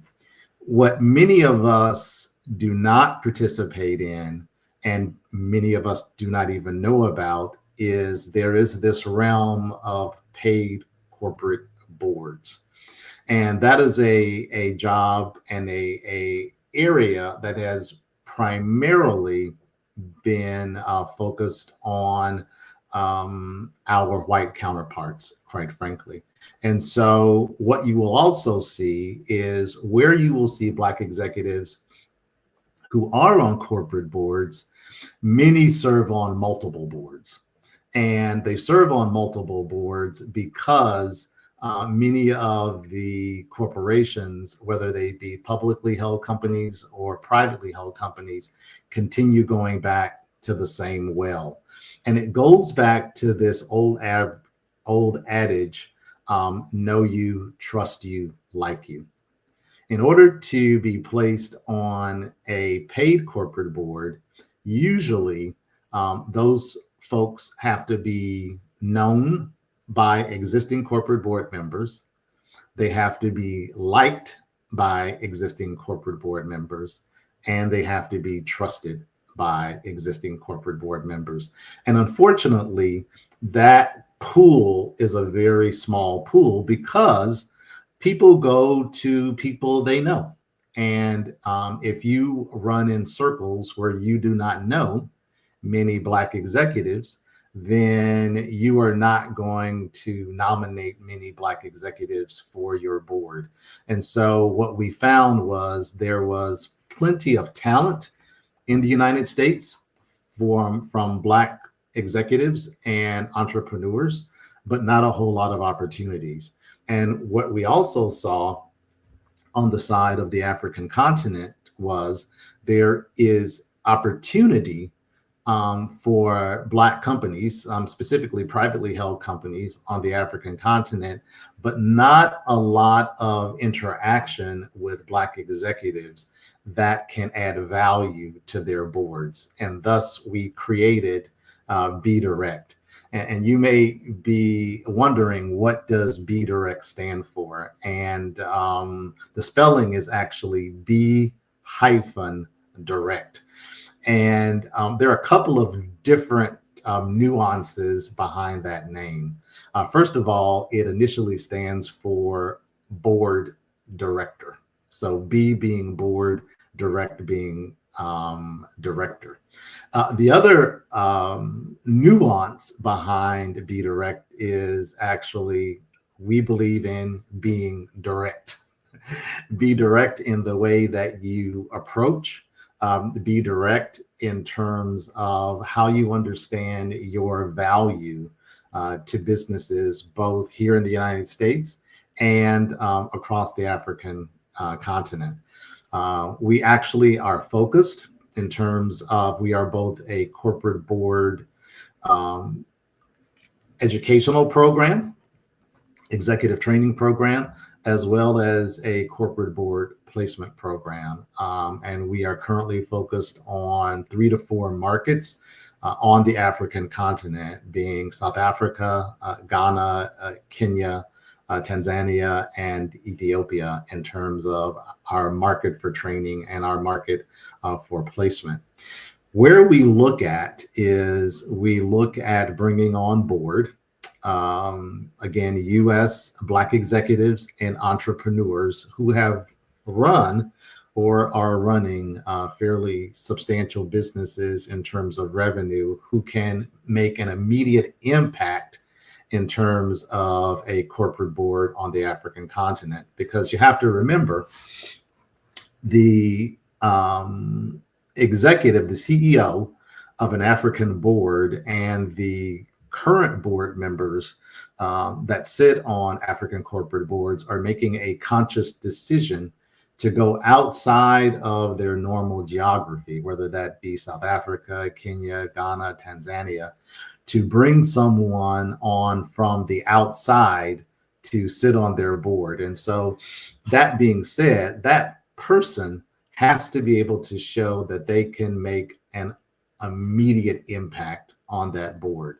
Now, whether that be they bring particular functional experience from a market strategy perspective, or a sales perspective, or product development, or supply chain, or engineering from a functional perspective, or they bring a networking perspective in terms of helping that business open up new markets. And so, again, when that person comes on to that particular corporate board, the reality is they have to show they can pay for themselves, because they are being paid to sit on that board. And so they have to bring additional value to the table that the CEO and other board members feel they can't get internally to their specific country. So we're going to talk a little bit about what are the components of the Be Direct program. So we have a 8-month executive leadership training program. That program actually is structured in terms of a cohort. And so that cohort meets once per month for 4 hours each month over an 8-month period. And the way that those 4 hours are structured, the first 2 hours are dedicated to corporate governance. And so corporate governance on the African continent is a little different than corporate governance in the United States. While there are certainly similarities. I would say there is probably 80 to 85% similarity between U.S. corporate governance and continental African corporate governance. There are some unique differences. One, in the United States, corporate governance is primarily driven by compliance and regulation. Some of you may have heard of what's called SOX, capital S, capital O X, SOX. SOX stands for Sarbanes-Oxley, and it was a law that was passed after the Enron incident that happened many years ago. And so there's a lot of focus on making sure that there is financial stability and that financial statements are actually accurate. There's also, in the United States, there's a lot of focus on regulatory compliance. For instance, if you are a bank, you are regulated by what's called the OCC, Office of the Comptroller of the Currency. If you are if you transmit electronically over the airways, you are regulated by the FCC. And so there's a lot of compliance that goes into corporate governance in the United States. And while that's true on the African continent as well, the corporate governance primarily on the African continent is driven by what's called the King methodology. And right now it's King 4, and that's Roman numeral 4, because it is the 4th generation of the King methodology. And just to give you a little background on why it's called King 4. So South Africa, which is where the King 4 methodology for corporate governance started out of, King 4 was started by a South African retired Supreme Court justice whose last name happened to be King. And since South Africa is now actually celebrating 30 years out of apartheid, the King 4 governance started probably about maybe 10 or 15 years ago regarding how do you bring best practices around corporate governance initially to South Africa, but then across the African continent. Because as companies were reinvesting back in South Africa after the anti-apartheid movement, there needed to be some structure around corporate governance for public and private companies. And so they put into place this structure called King, and now King 4. And so our 8-month program focuses on teaching the King 4 corporate governance methodology.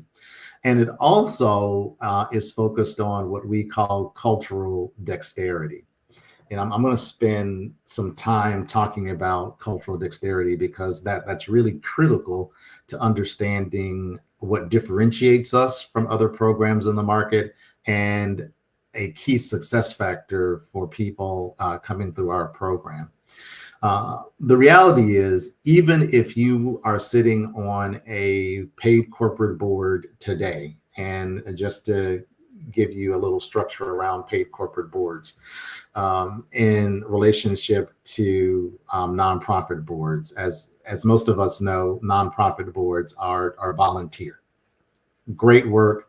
But most nonprofit organizations are looking for you to bring a check, not for you to get paid for your work.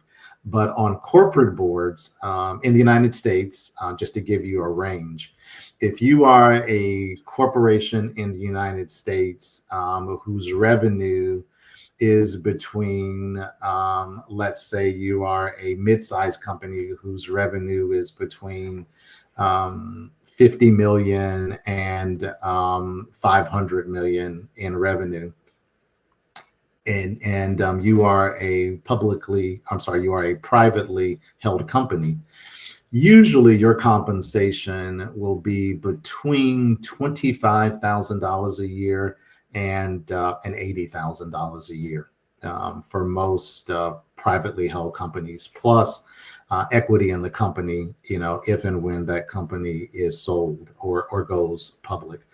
For publicly held companies, if you think about your Fortune 500 companies who are revenues of 5 billion and above, if you are a corporate board director on a publicly traded company, your cash compensation for sitting on that board will range anywhere between $100,000 and $250,000 cash compensation.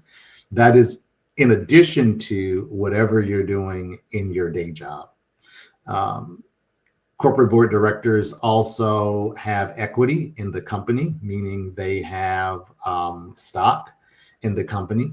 And so for a publicly traded company, a traditional compensation package for a corporate board director could range anywhere between $250,000 all in cash and equity to up to $500,000-$700,000 a year cash and equity.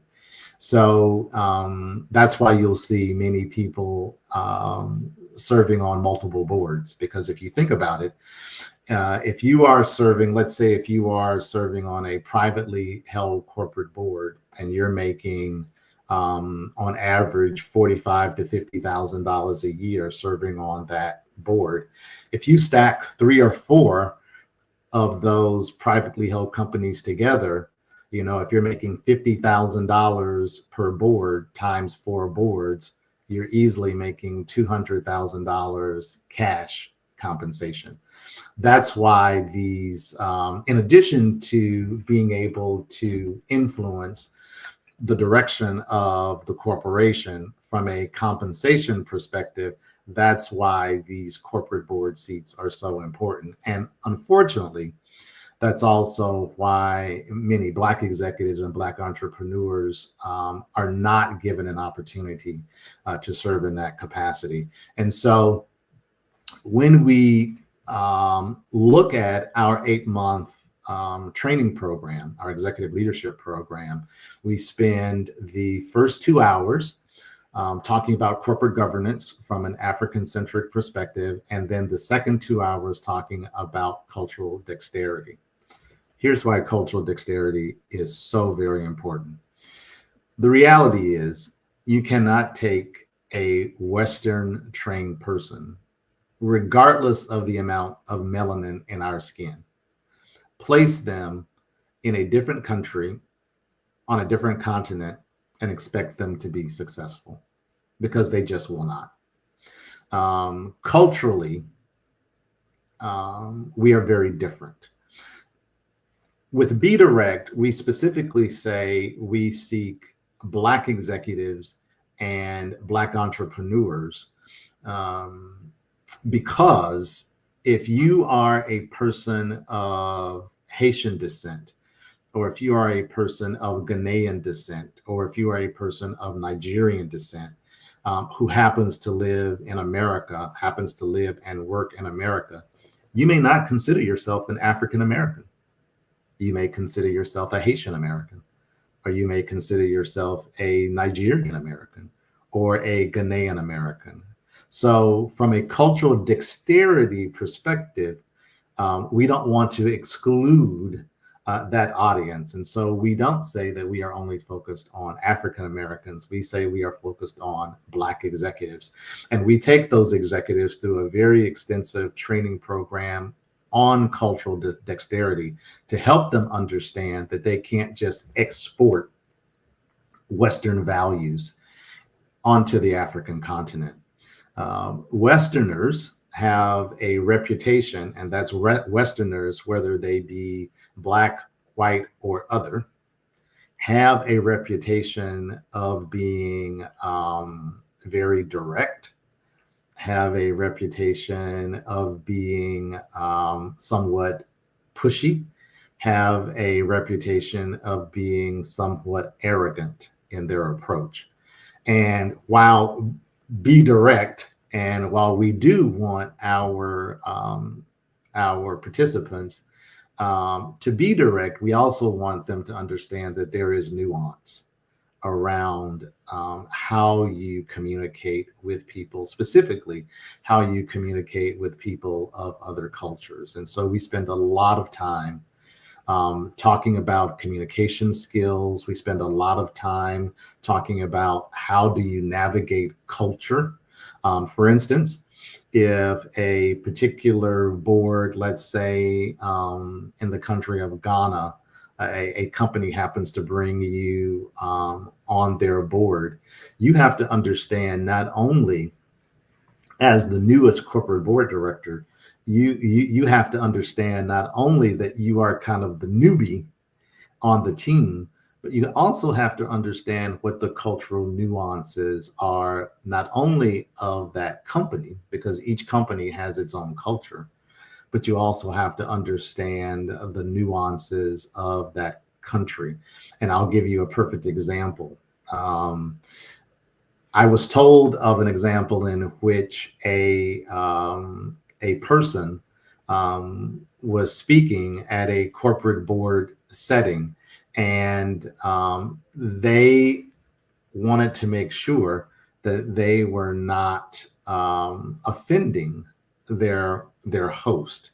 And so this was at a dinner, and so there was food that was being passed around, and it was food that the person did not recognize, and so they continually passed on that food until they saw something that was recognizable for them. And then someone leaned over to them and said, please eat, you are offending our host. Now think about that. From the Americans' perspective, they simply were just trying to be comfortable with what they were eating. From the perspective of that particular culture, me giving you the gift of inviting you to dinner and me giving you the gift of dining with me, now you are offending me by not eating. It was not something that the American had any idea they were offending their host, but they were. Here is something else from a cultural dexterity perspective that people may not know. In South Africa in particular, there are 3 classifications of race, and this is primarily born out of their colonial background, both British colonial and their Dutch colonial. So in the country of South Africa, you have Black South Africans, you have white Afrikaners, and you have a group they call colored.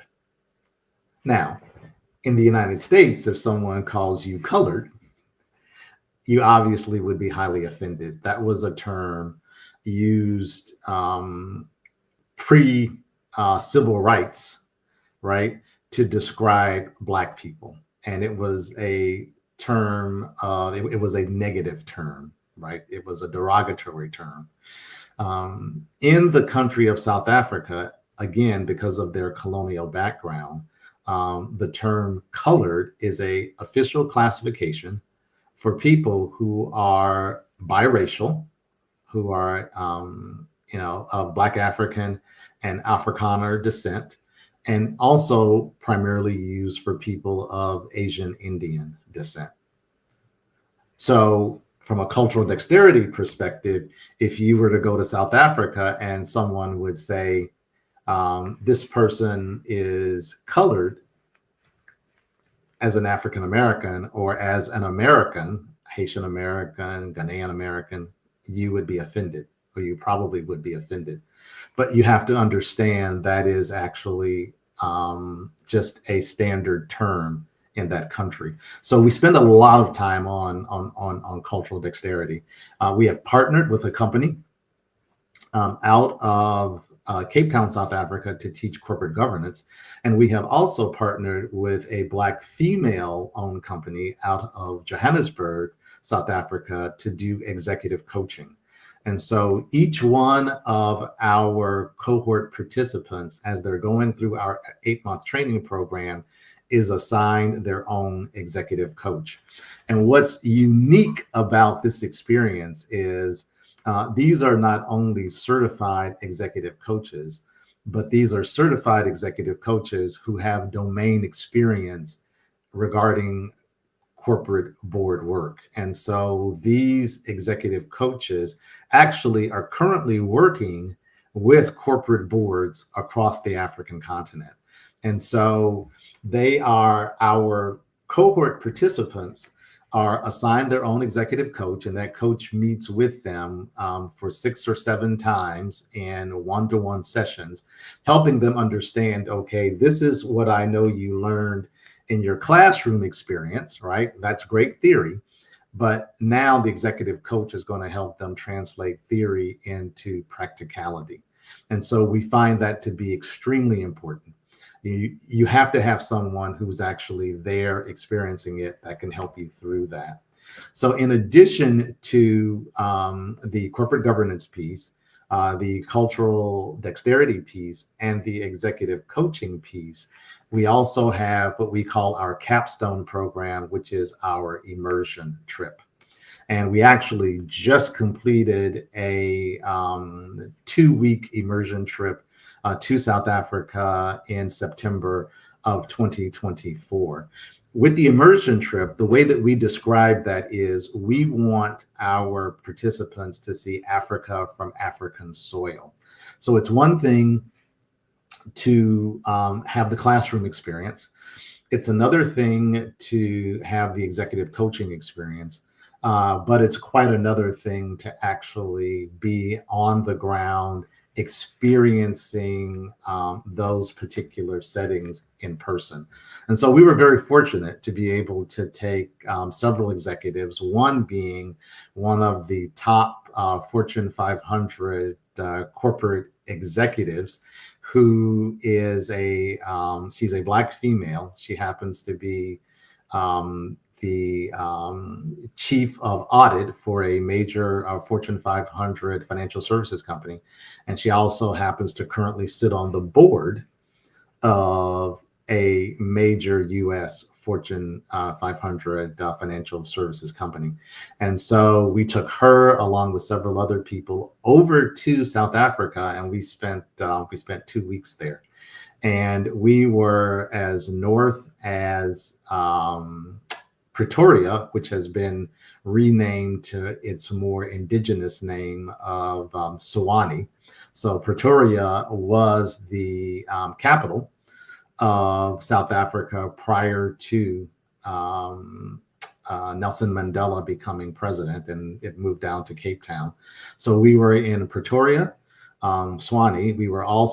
We spent a week in Johannesburg, and then we spent a week in Cape Town.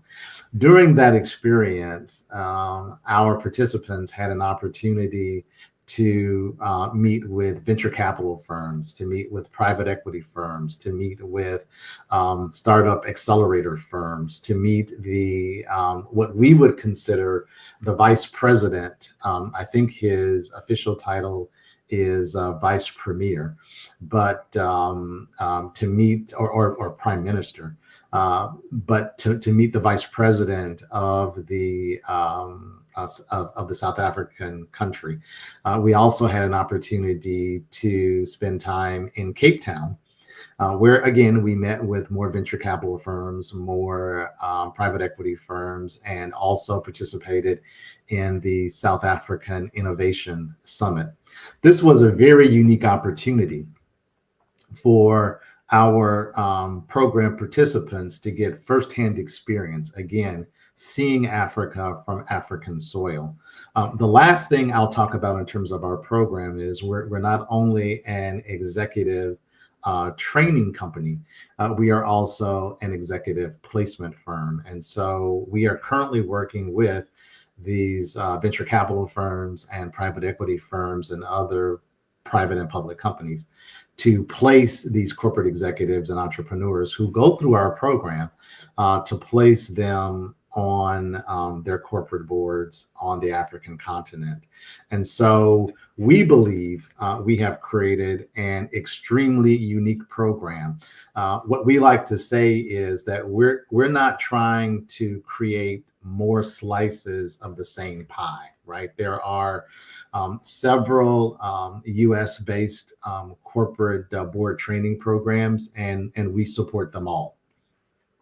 We're not trying to replace anyone's domestic program. Our motto is we want to create more pies, more slices of the pie. We aren't trying to slice up the same pie. We're actually trying to create more pies. We're trying to give more opportunities for Black executives and Black entrepreneurs who are not finding those opportunities for paid corporate board work here in the United States. The other benefit for Black executives who participate in our program is once they actually go through our program, once they are placed on a paid corporate board on the African continent, now they can put corporate board experience on their resume. Right, wrong, or indifferent, the first thing that any US company is going to ask from a corporate board search perspective is, what is your experience currently serving on corporate boards, right? And it's one of those things like you can't get a job if you don't have experience, and you can't get experience if you don't have a job. So what we are providing is not only experience for Black executives and Black entrepreneurs to get paid corporate board experience, but we are providing that on a global scale. And so now these executives have an opportunity to take that experience back to the United States and garner paid corporate board work here in the United States. If you would like to learn more about Be Direct and our program, I would entice you to go to our website, which is www.globalboarddirector.com. That's one word, www.globalboarddirector.com. Look at our website. There is a way for you to communicate with us on that website, and we would love for you to do that. Thank you so much for your time. And remember, genius is common. I'll see you on the other side. I am from Washington, D.C., but I was raised in Durham, North Carolina. I came to Durham when I was about 5 or 6, and then I traveled back and forth to D.C. because it's where my people are from. One of the unique things about my family is my mother, she's also an artist. She does quilting, and she does a lot of artistic things. And then my son, he draws with both hands, his right hand and his left hand like I do. So that's kind of a family trait. And then my other son, he's a videographer, and my daughter, she works, she's a regional vice president for Sunglass Lab. When you start out drawing and sketching, you want to continue to explore, each avenue. I do pastels, I do pen and ink, I do painting, I do acrylics. I haven't done oils yet, but I try to do all facets of art. What I say to a lot of times to people is, you can't put yourself in a box when you're an artist. You have to explore. And over the course of my life, I've tried to explore different mediums. I also do sculpture as well. I choose my subjects by the intensity that they have in their faces, or the intensity that somebody is moving, because I do more than portrait drawings. I also do I do abstract, and then I do figurative drawing also. Well, what happened in this particular show is that I started out trying to come up with something that would be a little bit different than what everybody else is doing. So I was working on a Barack Obama show, and they wanted me to do some paintings of Barack. And so what I did was because of the deadlines, I kind of did it kind of fast. And then I realized when I was doing it fast, I enjoyed it.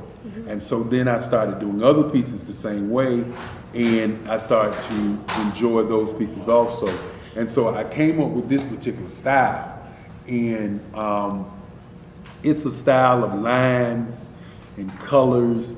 And what's interesting is that when I was in college, I did a show called Lines, Colors, and I talked about the boldness of the blacks, the hotness of the whites, and this is how this has come about, later on in my life.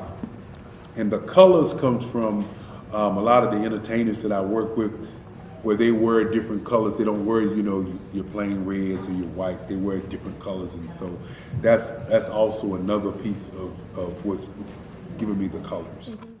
The subtitle of this show is Faces That Speak Life. That's real critical. Faces that speak life. Each one of these pieces is a life source and a life energy that's being put on display for people that are looking at them. I always say in terms of my art, it's not important that I draw them. It's important what you get out of what I draw. I don't try to just draw it because you like it. People wanted me to do prints. I didn't do prints. People asked me to do different people, but the people that I choose are people that make a difference in the lives of people in the world. So the human landscape idea was, again, as I say, the lines represent your emotions, it represents your ideas, and it represents your journey as a human being. And that's why you get the different pieces and the different looks. And as you notice, I try not to do one look that looks alike another look. And that's what's the most important part of this show.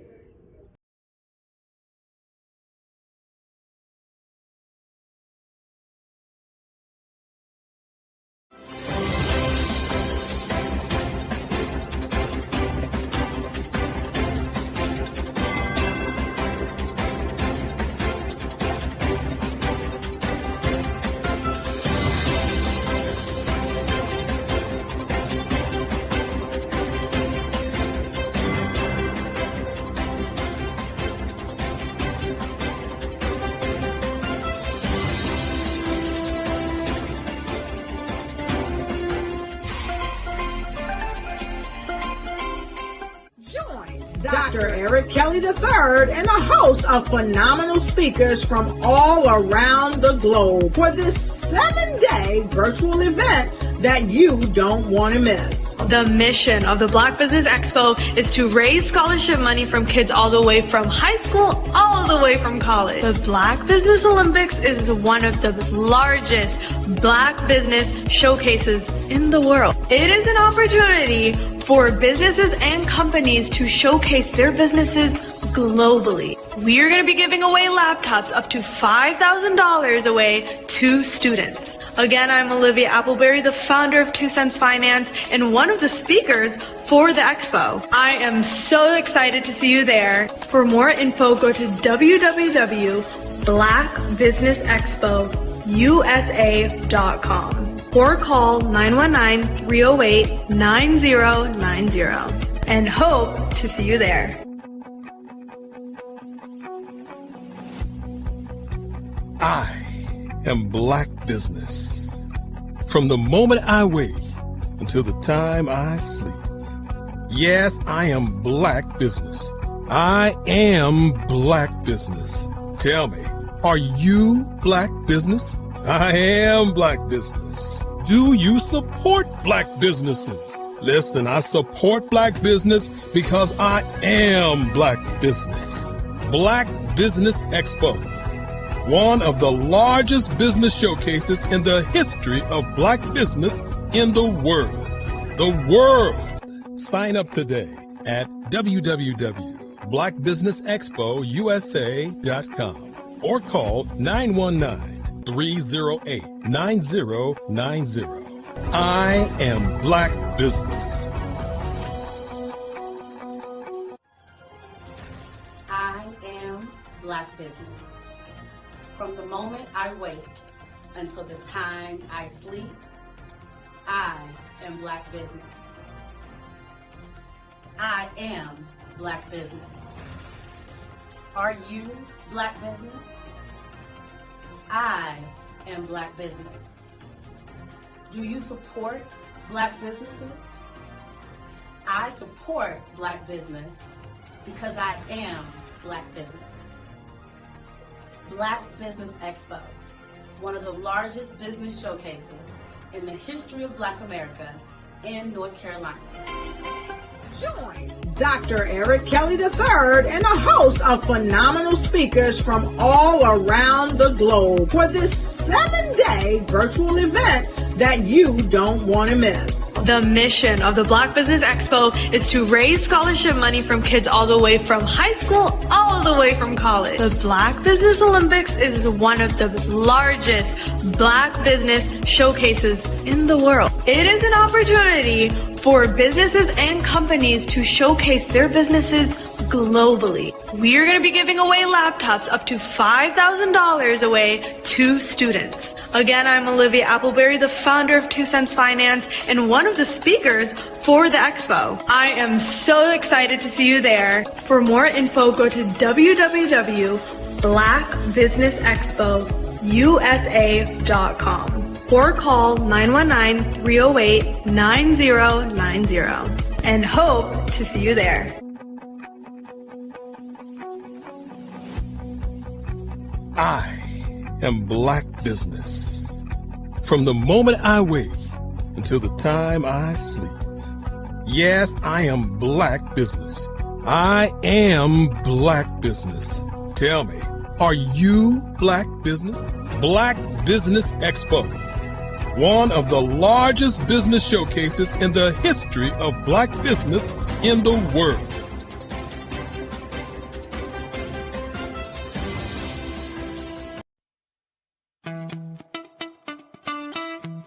How many times have you been asked to help someone you didn't even know, a student, a business entrepreneur?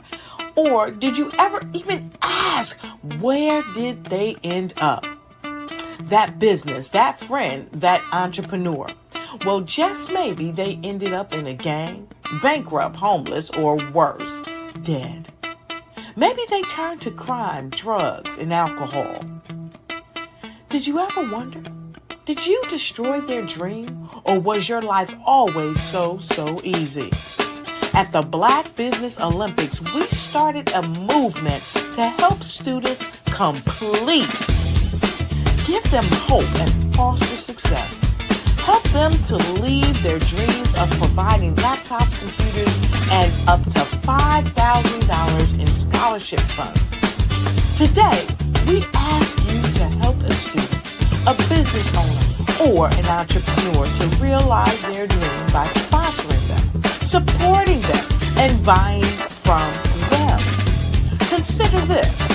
With $1.6 trillion in our Black community, we only ask for a small donation for our students, our businesses, and our entrepreneurs. And you can change a life today. So I ask you, what are you going to do? Sit on the sideline and watch our students in high school be leaders, miss out on their dream from lack of resources? Or are you going to donate to the movement and change their future and yours as well? Give us a call today at 919-308-9090. Change their life by investing with action to the Black Business Olympic Fund. The Black Business Olympics, one of the largest business showcases of Black business in the history of the world.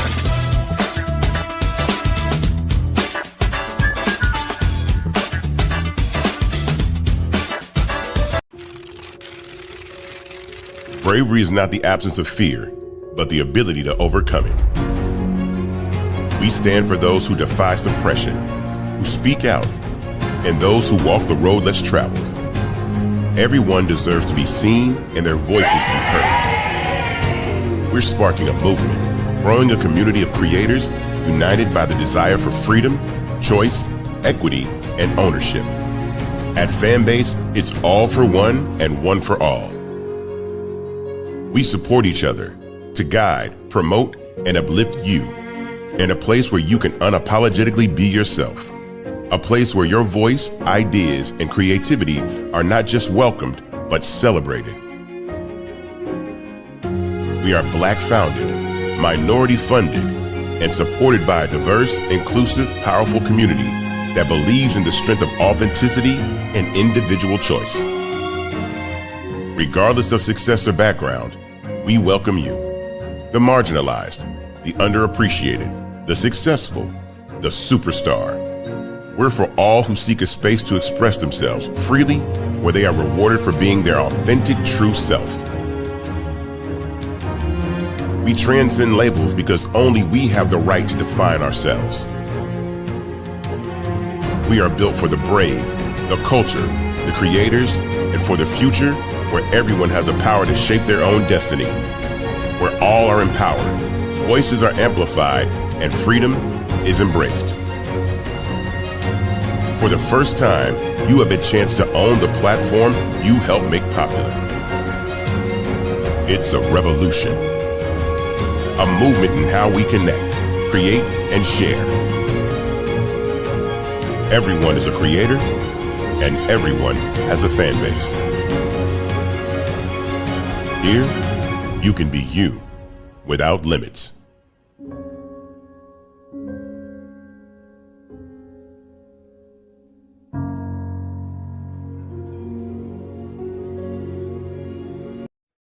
Hey everyone, it's Grant McGaw, CEO of 5-Star BDM and host of the award-winning Follow the Brand podcast and TV series, where I help you to build a 5-star brand that people will follow.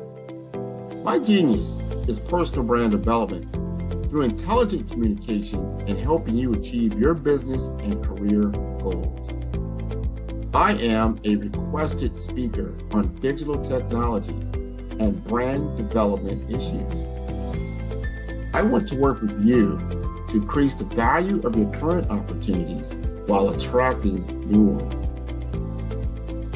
Every one of you is unique, and we all share challenges that can be addressed through smart branding.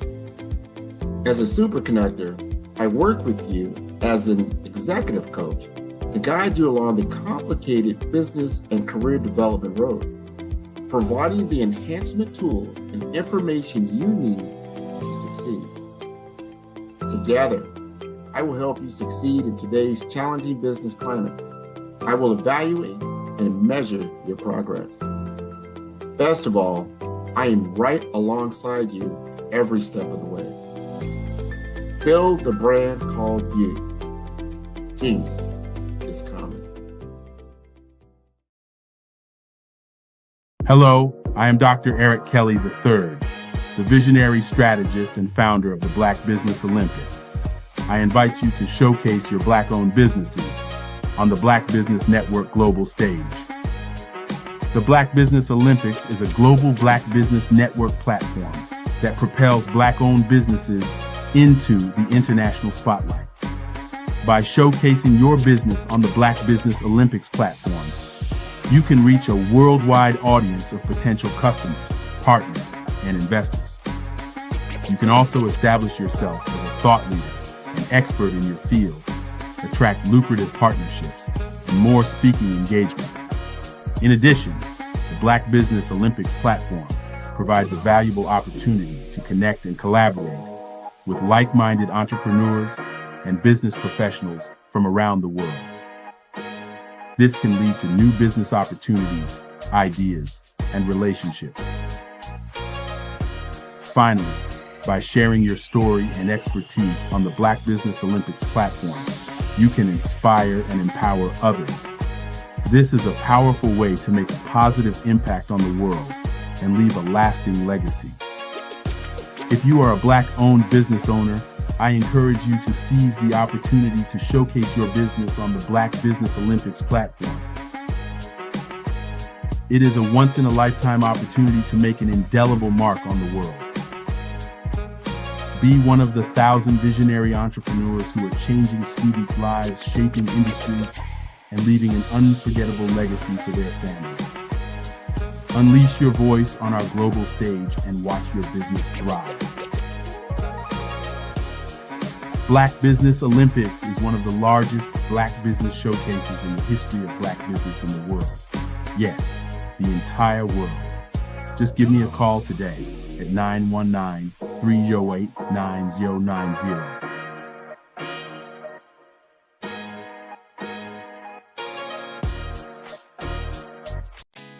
Did you know women represent just 3% of Fortune 500 CEOs and less than 15% of corporate executives at top companies worldwide?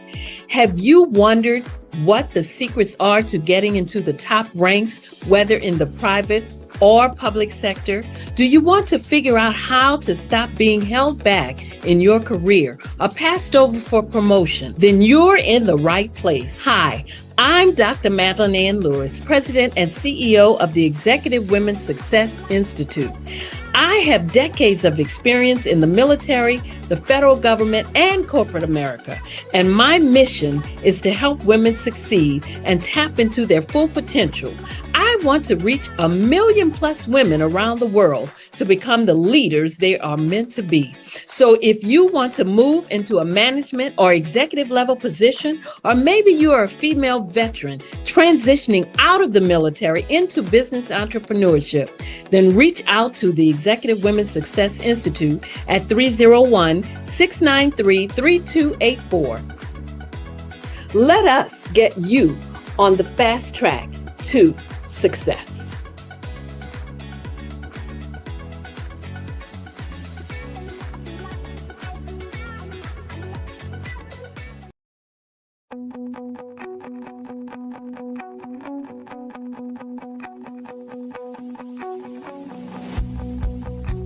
I am Black Business. From the moment I wake until the time I sleep. Yes, I am Black Business.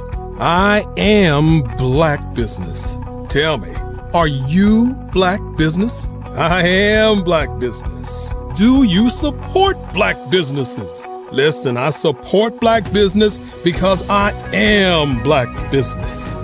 Black Business Expo, one of the largest business showcases in the history of Black business in the world.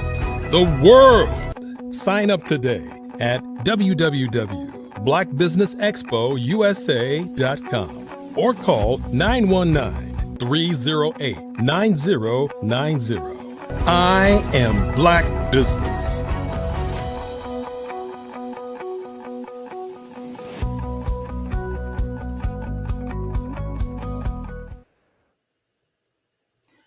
Good afternoon, business owners, entrepreneurs, thought leaders, and corporations. Welcome to the Black Business Network. My name is Henri Ward.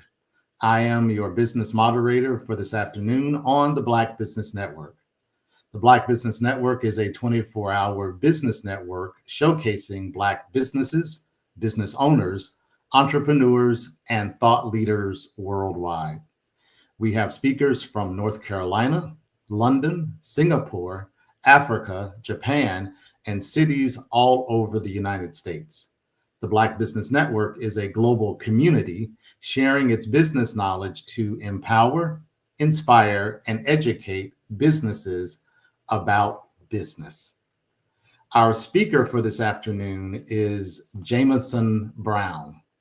Jameson is a prominent leader in the tech industry, serving as president and CEO of 3X Communication.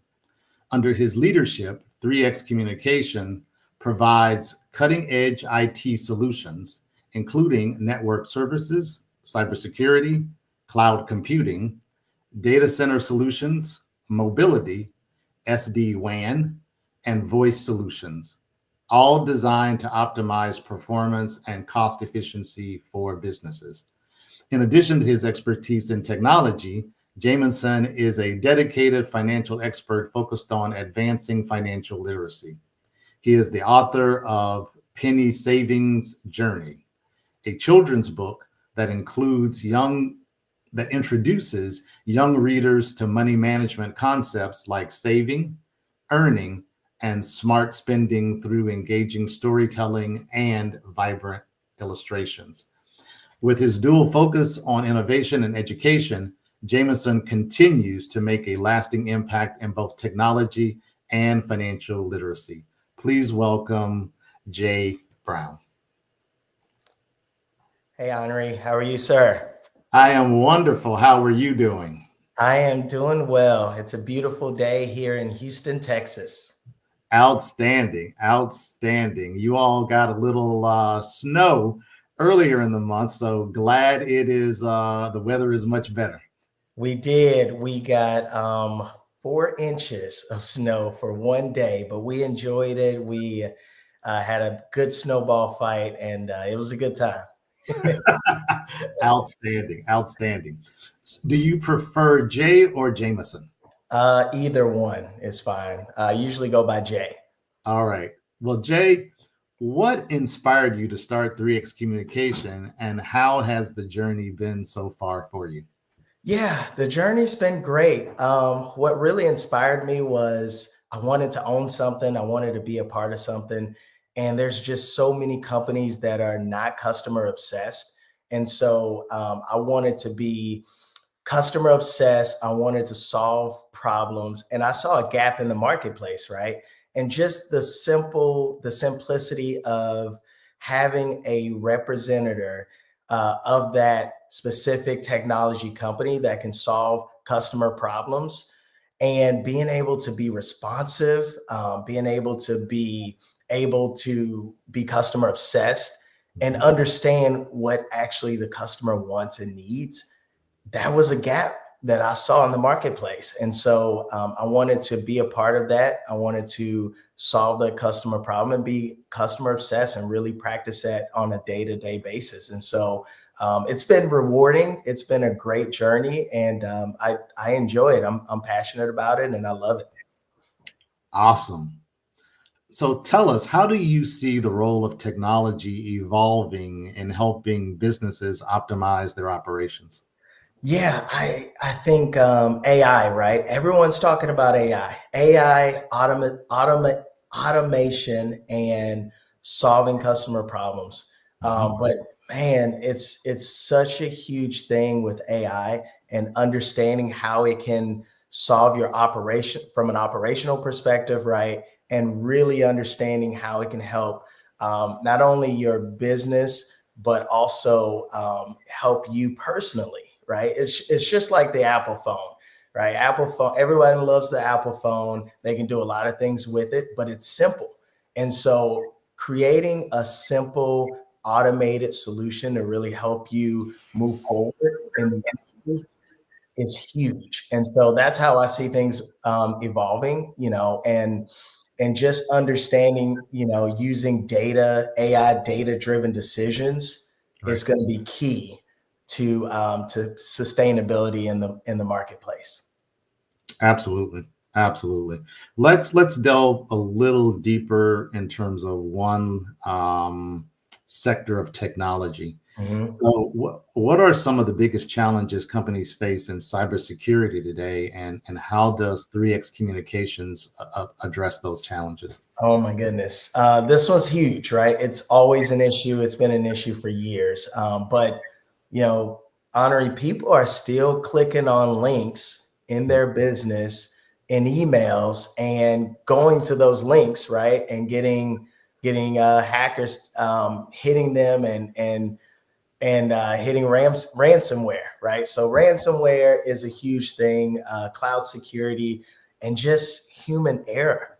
Right. So I think training, security training, making sure you're not clicking on those links, and really understanding, what's real and what's not.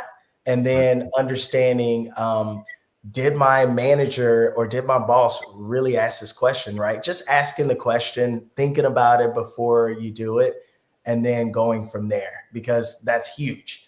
And so you'll be surprised, man. We see so many employees, just click on the link, and then there it goes. you're done. And so it's a huge thing.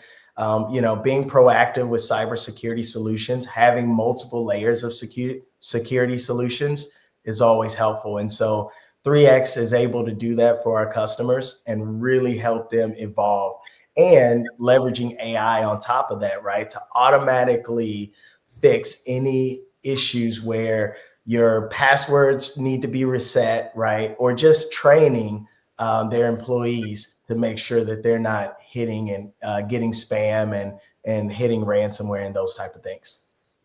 Perfect.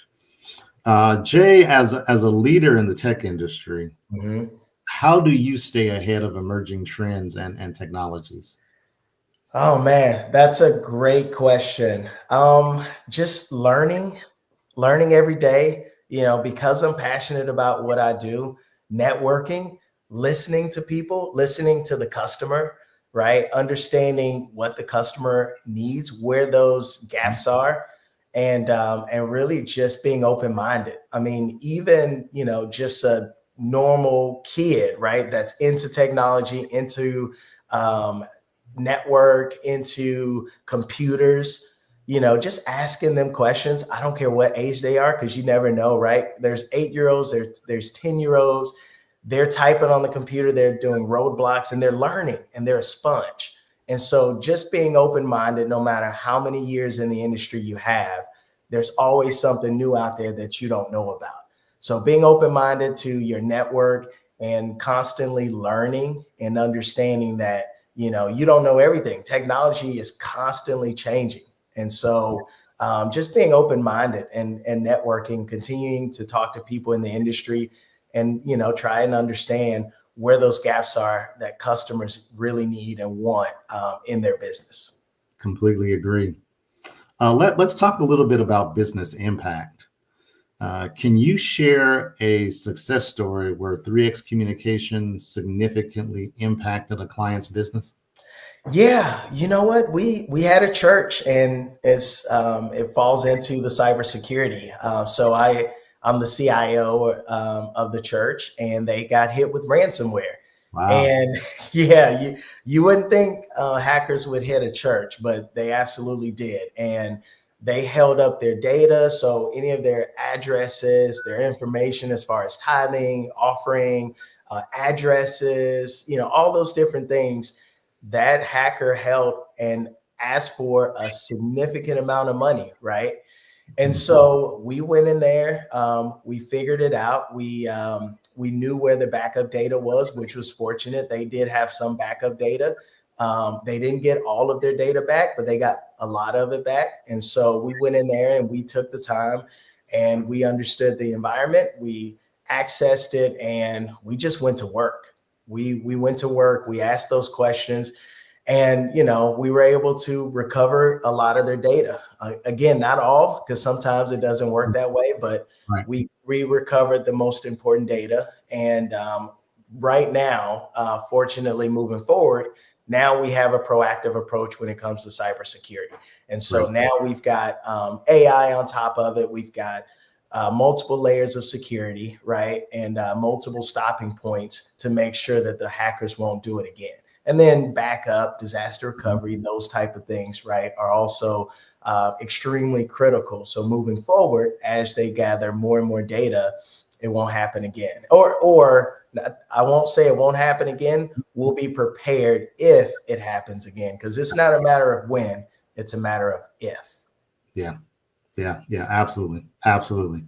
How do you balance innovation with practically developing IT solutions for businesses? Yeah. Well, so I believe you can't be innovative without being practical, right? You have to solve the customer's problem first. You have to build that foundation first, right? And so in order to be innovative, you have to understand what the gaps are and what the customer needs, right? And so being able to understand what those problems are helps you become innovative, right? But being practical is the foundation, And then how do you evolve from there? And I'll give you an example, right? There was a customer that wanted to do surveys and understand what their customers are saying about them, right? And so what we did was, there's a basic approach of, hey, let's just ask customers, right? Or write down a survey card, have them fill it out, right? Sure. And so how do we solve that first, right? Which was, hey, let's do something. They had a point system. So let's add to that point system and put surveys at the end of it, right? And then in order for them to capture their points, they have to fill out the survey first, right? And then how do we automate that process, right? How do we innovate from there? And so we were able to innovate by just putting automation on top of that, right? And so creating some software where the survey would automatically be pushed out instead of a manual process. And then the data automatically comes into a report each week for that general manager to see, so they can consistently evolve and get better. And so that was huge, right? And so, understand the basics first and then innovate from there. Very nice. Let's do a little vision casting. What's your vision for the future of IT services, especially in areas like cloud computing and SD-WAN? Yeah, man. And for the viewers out there, they may not know what SD-WAN is. SD-WAN is basically a network solution that allows data to move throughout different locations, different sites, and those type of things, right? And I think, we can probably scratch SD-WAN and go AI, because again, AI and automation and data-driven solutions and data-driven decision-making is huge. Right. And so I think that, I think that's where the industry is going. That's where IT and technology is going, is AI. And people are, people are being repurposed, right, to allow AI to come into their business, right, and make it better. And so it's a necessity.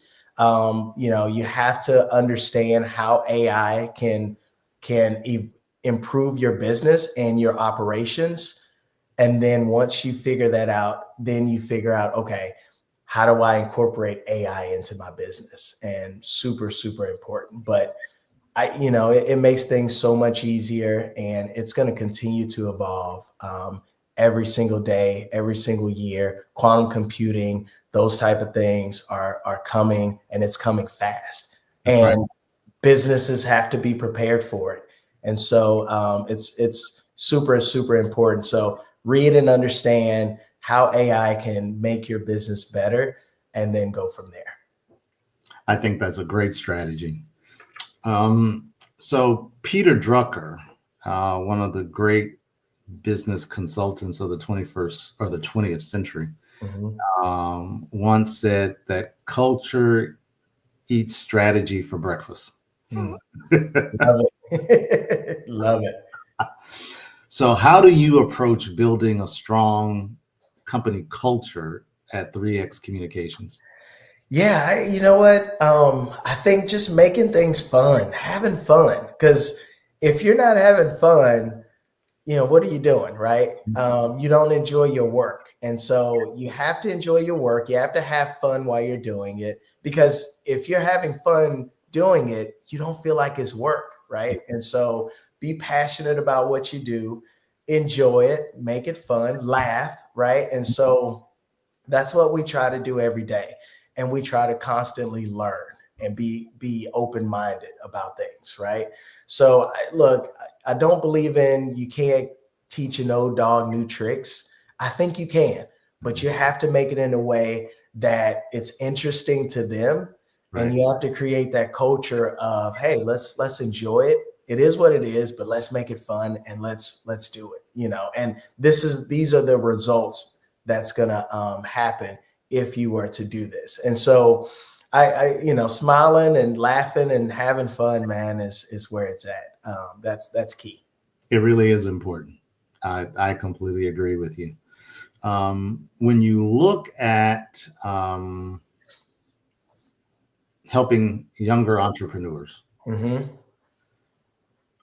what advice would you give to young entrepreneurs looking to make their mark in the tech industry? Yeah, absolutely. I think, let's see, you know what? Being open-minded, right? But super important, solve a real problem. Henri, there's so many people out there that want to start a business, but they're not really solving a problem, right? Or maybe the problem has been solved. That's not a bad thing, right? You can solve a business problem or any problem, right, and make it better. So that's okay, because that means that it's been proven, right?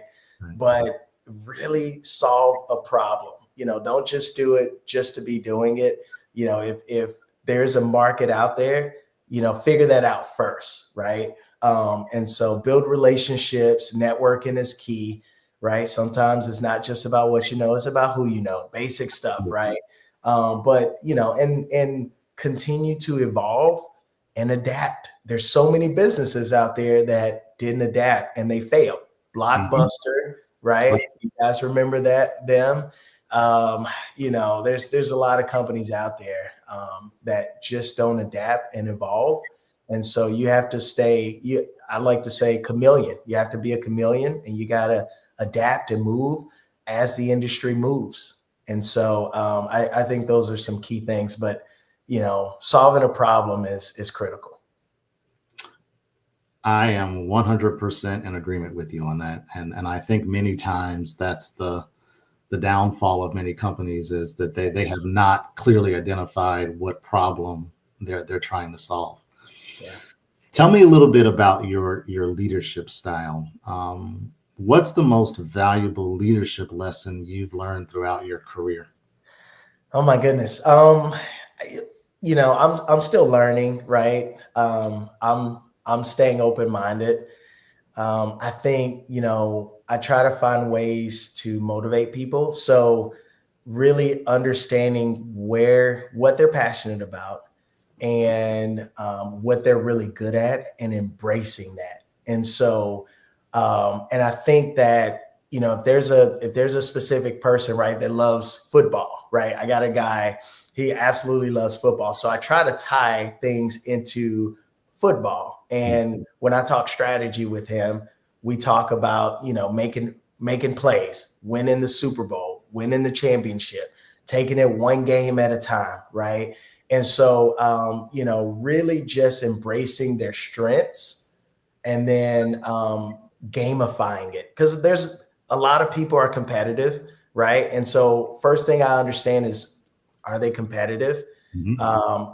Do they need structure, right? And then how can I bring out their talents and embrace that and focus on that? Because that's super important. So, at times I can be firm, if things really need to be done, but I try to analyze and coach and lead people differently as I see fit, and depending on their personality. I think that's super important. I believe that's important as well. Going to switch gears on you a little bit. So we're gonna move from technology into the realm of financial literacy and education. Why is financial literacy a cause you're so passionate about? Oh man. So I've got a story. When I was younger, and hopefully my parents don't be upset, but I remember them talking about bankruptcy, and they got into a huge fight, a huge argument or whatever you want to call it. And I told myself I would never go into bankruptcy, and money would never be an issue. And doesn't mean that you have to be rich, right? Doesn't mean I have to be rich, but I want to be able to budget my money in a way that I'm going to live below my means, and I'm not going to need for anything, right? And if I need more money, I'm going to go out and work, and I'm going to go out and hustle, and I'm going to go out and get it.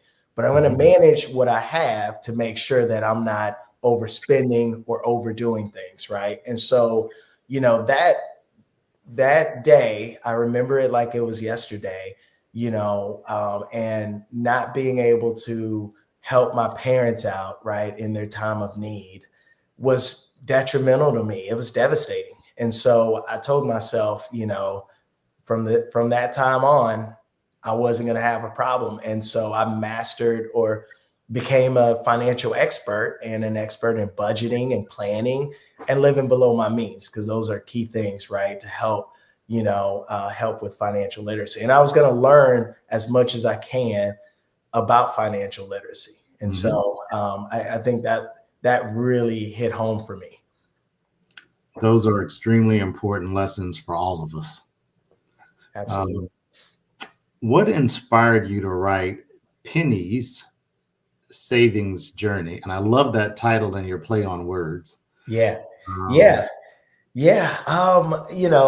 My daughter, so she co-wrote it with me, and we talk about savings and we talk about money all the time. And she's 4 years old.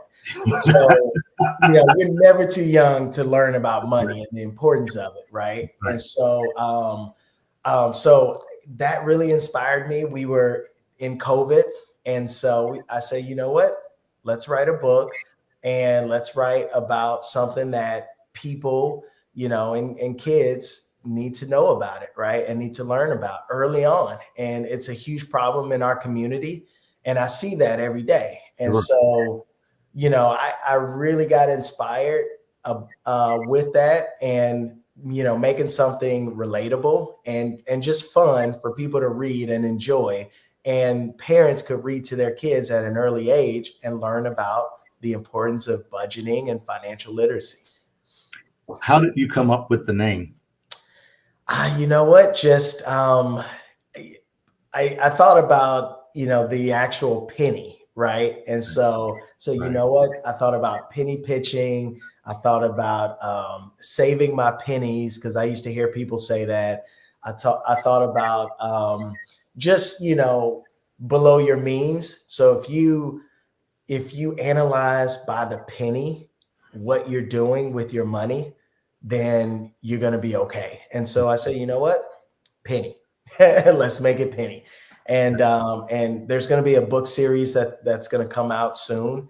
So the second iteration of that is coming. But Penny is just an animated character, right, that wants to understand and learn about money and save up for certain things and enjoy it and make it a tool in your tool belt, right? As a way, not because money doesn't make you happy, right? But it's a tool that help you find happiness and help you enjoy life a little bit better.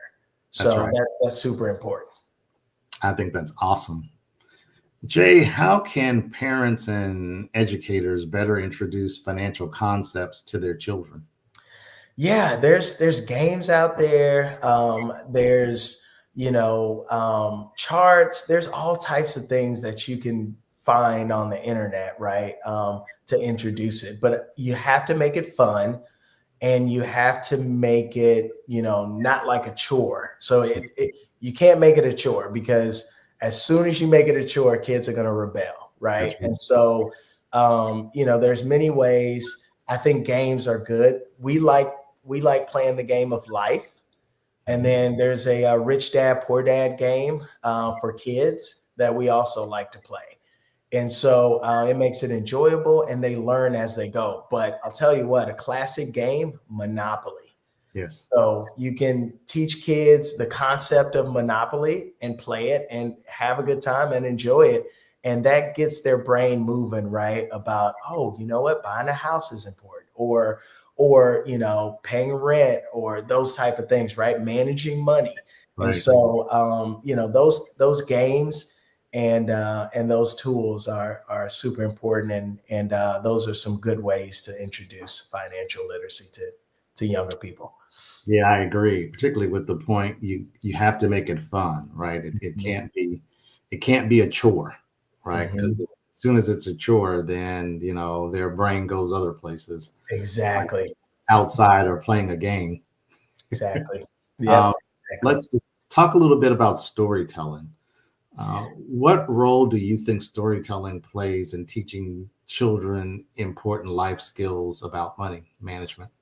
Oh my goodness, it plays a huge role. And if you're that parent, right, you want to introduce reading at an early age. You've got Hooked on Phonics. You've got all these different tools, right, in order to do that. I think storytelling helps the customer. I'm sorry, the person, the child. I'm still in technology mode here, but I get it. But I think reading helps that particular person or child understand it a little bit better, but subconsciously it puts it in their mind, right? You have to be careful what you put in these children's mind these days with YouTube and those type of things. But it's a great tool to introduce that type of content into their mind, and it opens up their mind to imagination. Right. And so, the more your kids can dream and imagine things and, be creative and bring that creativity out of them, the better. And so reading is a great part of that, right? It helps them find their creativity within them, right? And to be able to, that's going to make them who they are, right? As they grow up and when they grow up. And so financial literacy early on in a book and making it fun and creative. And, it keeps their brain going and gets their brain going and their creative juices flowing. Super important. And it's definitely key. So absolutely. Could not agree with you more. In your opinion, why is it so critical to start financial education at a young age? Oh my goodness. Man, there are so many reasons. But I think if you start at an early age, the earlier the start, the better. Because there's so much, kids are sponges, right, when they're younger. So they're watching what their parents do. They're watching what people do on TV. They're watching their surroundings, and they're open to learning. And so the earlier you start, the better they will be and the more knowledge they will have, right? Imagine starting stock trading at 5 years old. How good would you be at 35? You've got 30 years of experience in trading stock, right? So if you learn at 4 or 5 years old, as soon as you can talk about financial literacy, man, how much better will you be? And how much better will you be making decisions like, should I buy a home? When should I buy a home? Right. When should I spend this money? How should I spend this money, right? The importance of knowing about tithing. I was 15 years old and I started tithing. And man, it's made an impact on my life, and learning about, God and those type of things, right? Super, super important. And the earlier, the better, because the more knowledgeable you will be and the more of an expert you will be, and you'll be able to share with others, right? And so, the sooner, the better, always. I have not disagreed with one thing you've said so far. Thank you. You are involved in a lot of things, both on the technology side and on the financial literacy side. What other initiatives are you involved in to promote financial literacy? Yeah, so I actually just received my Dave Ramsey Financial Coach certification. Congratulations. Thank you. So I'm a huge component of Dave Ramsey. I like his methods. Debt-free is important. And so I'm going through classes, just understanding how to coach people better on financial literacy and how to help them get out of debt, because oh my goodness, debt is evil in my opinion. And it depends on the debt, right? There's some caveats there that, a lot of financial planners, financial experts feel that might be good debt versus bad debt. But in our community, money is traumatic. Sure. And debt is, it causes us to behave a certain way. Right. And I think being debt free and becoming debt free gives us a sense of peace and gives us the ability to make decisions and handle things differently than we would if we were in debt. And so just, really horning in on my coaching abilities, my being able to influence. I'm running a financial literacy seminar at my church in Houston, Texas. And then I'm also doing small groups where we can really dive deep into financial literacy. We're challenging people to bring their bills, right? And I've got a budget sheet that's really, really good and has algorithms inside of it. And so as you input, your bills and your expenses and those type of things, right, it quickly identifies the gaps that you have and how you can improve that. And so, so just really focusing on making sure that our community is knowledgeable around budgeting, saving, tithing, understanding the importance of it. Because I've seen people get in a huge bind. And so I don't want that. Again, my parents, right, with filing bankruptcy and those type of things. And so, I want to be able to coach them in a manner to where it fits them and it encourages them to want to handle money better, because that's the way God would want us to be, right? We have to be a good steward, right? And so, I think that's my main focus now, is just understanding how to coach different people on financial literacy. Those are all phenomenal activities, and congratulations on those. Thank you. Tying your business back to the financial literacy piece, do you see parallels between the lessons you teach about money and the principles you follow in business? Absolutely. Yeah. Cash flow, right? So, you open a restaurant business, right? Were you ready to open up that restaurant business? How do you manage your expenses within your business, right? Do you know what your actual cost is for each item, right? I say restaurant business because we have in our community, we have a ton of restaurant business owners. And I see so many restaurant business is hard. And I see so many people, either run out of money or they don't earn enough business, right? And they end up shutting down.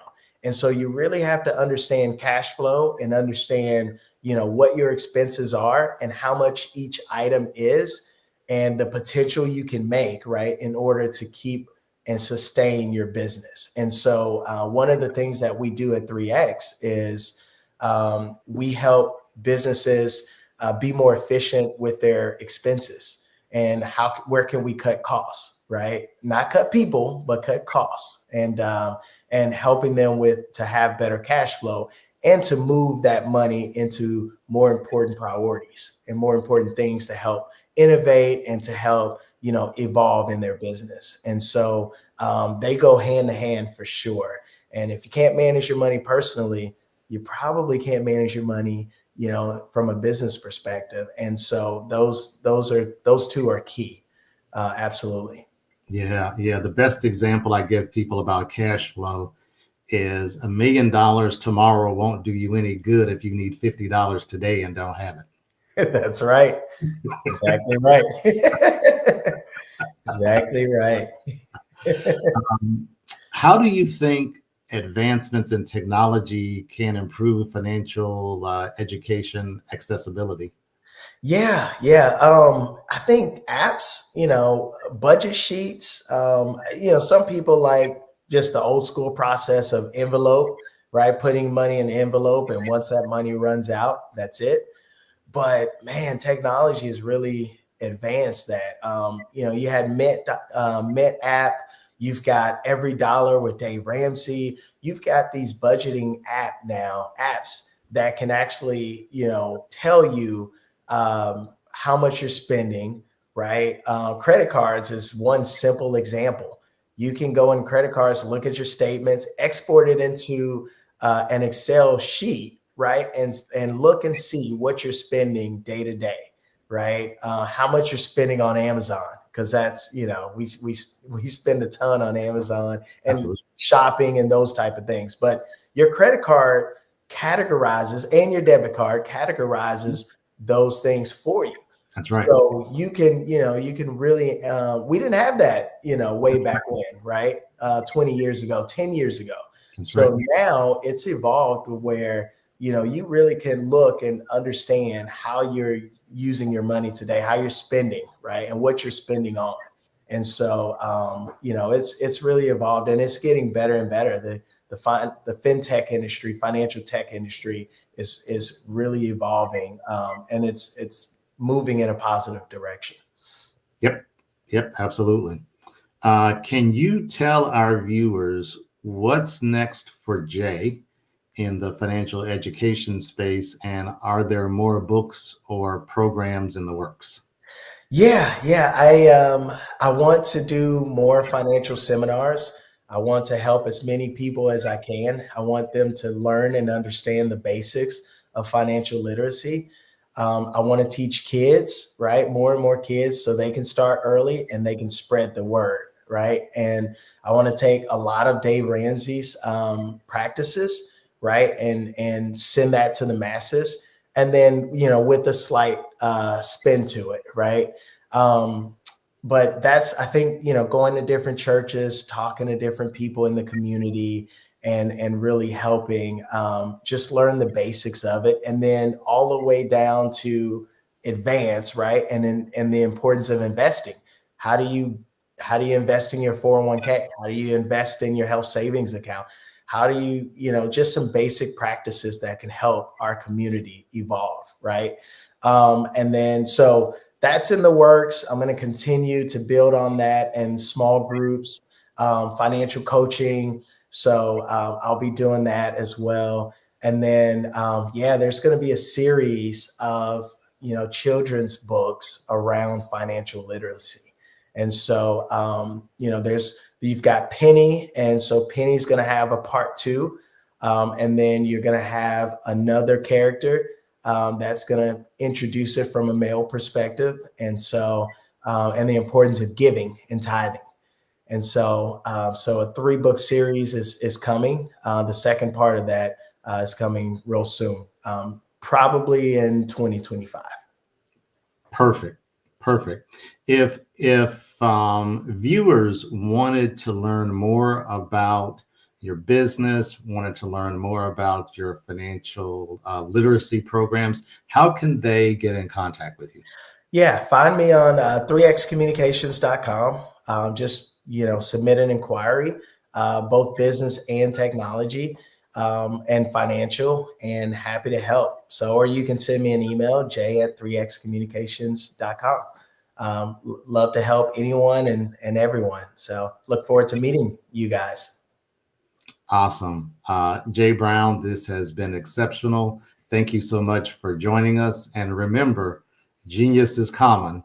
I'll see you on the other side. Thank you.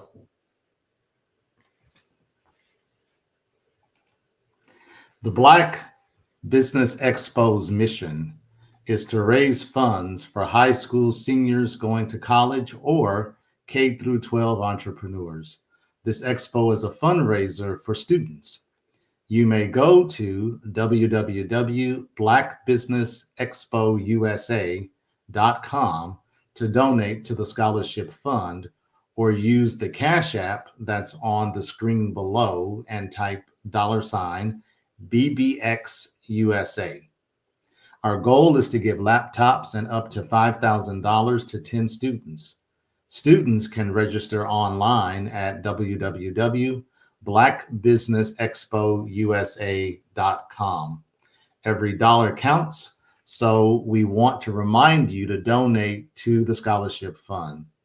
We also want to thank our Black Business Expo USA sponsors, NC 100, Moody Capital Partners, Suede Soul, Lotus Richey, Coaching and Training, Carolina, Virginia Minority Supplier Development Council, Step Management, The Hello, LLC, Barbara H. Smith, LLC, Margie McLean Foundation, Inc., Genius is Common, Earth Essentials, 5-Star BDM Media, Mullane Shania Global, Executive Women's Success Institute, The Quality Coaching Company, Superwoman Business Services, Creative Force Studios, Lee Entertainment, Artistic App Design, and Black Business Expo USA.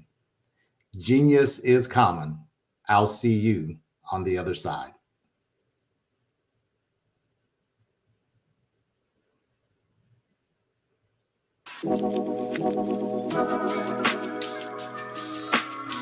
The African company and the African CEO is making a conscious decision to bring on someone external to the continent versus bringing on someone who is from Ghana or Kenya or South Africa. And so the skill sets of the people that we take through our executive leadership training program and ultimately on the placement, obviously have to be extremely high caliber.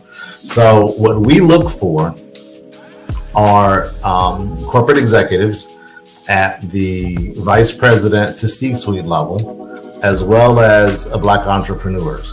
When we look at the Black corporate executives, we're looking for some very specific skill sets, whether that be around supply chain, sales and marketing, engineering, product development. We want our folks to be able to add immediate value to the corporate board, right? And the other thing is, even if they don't necessarily have specific industry experience, they're bringing a diversity of thought.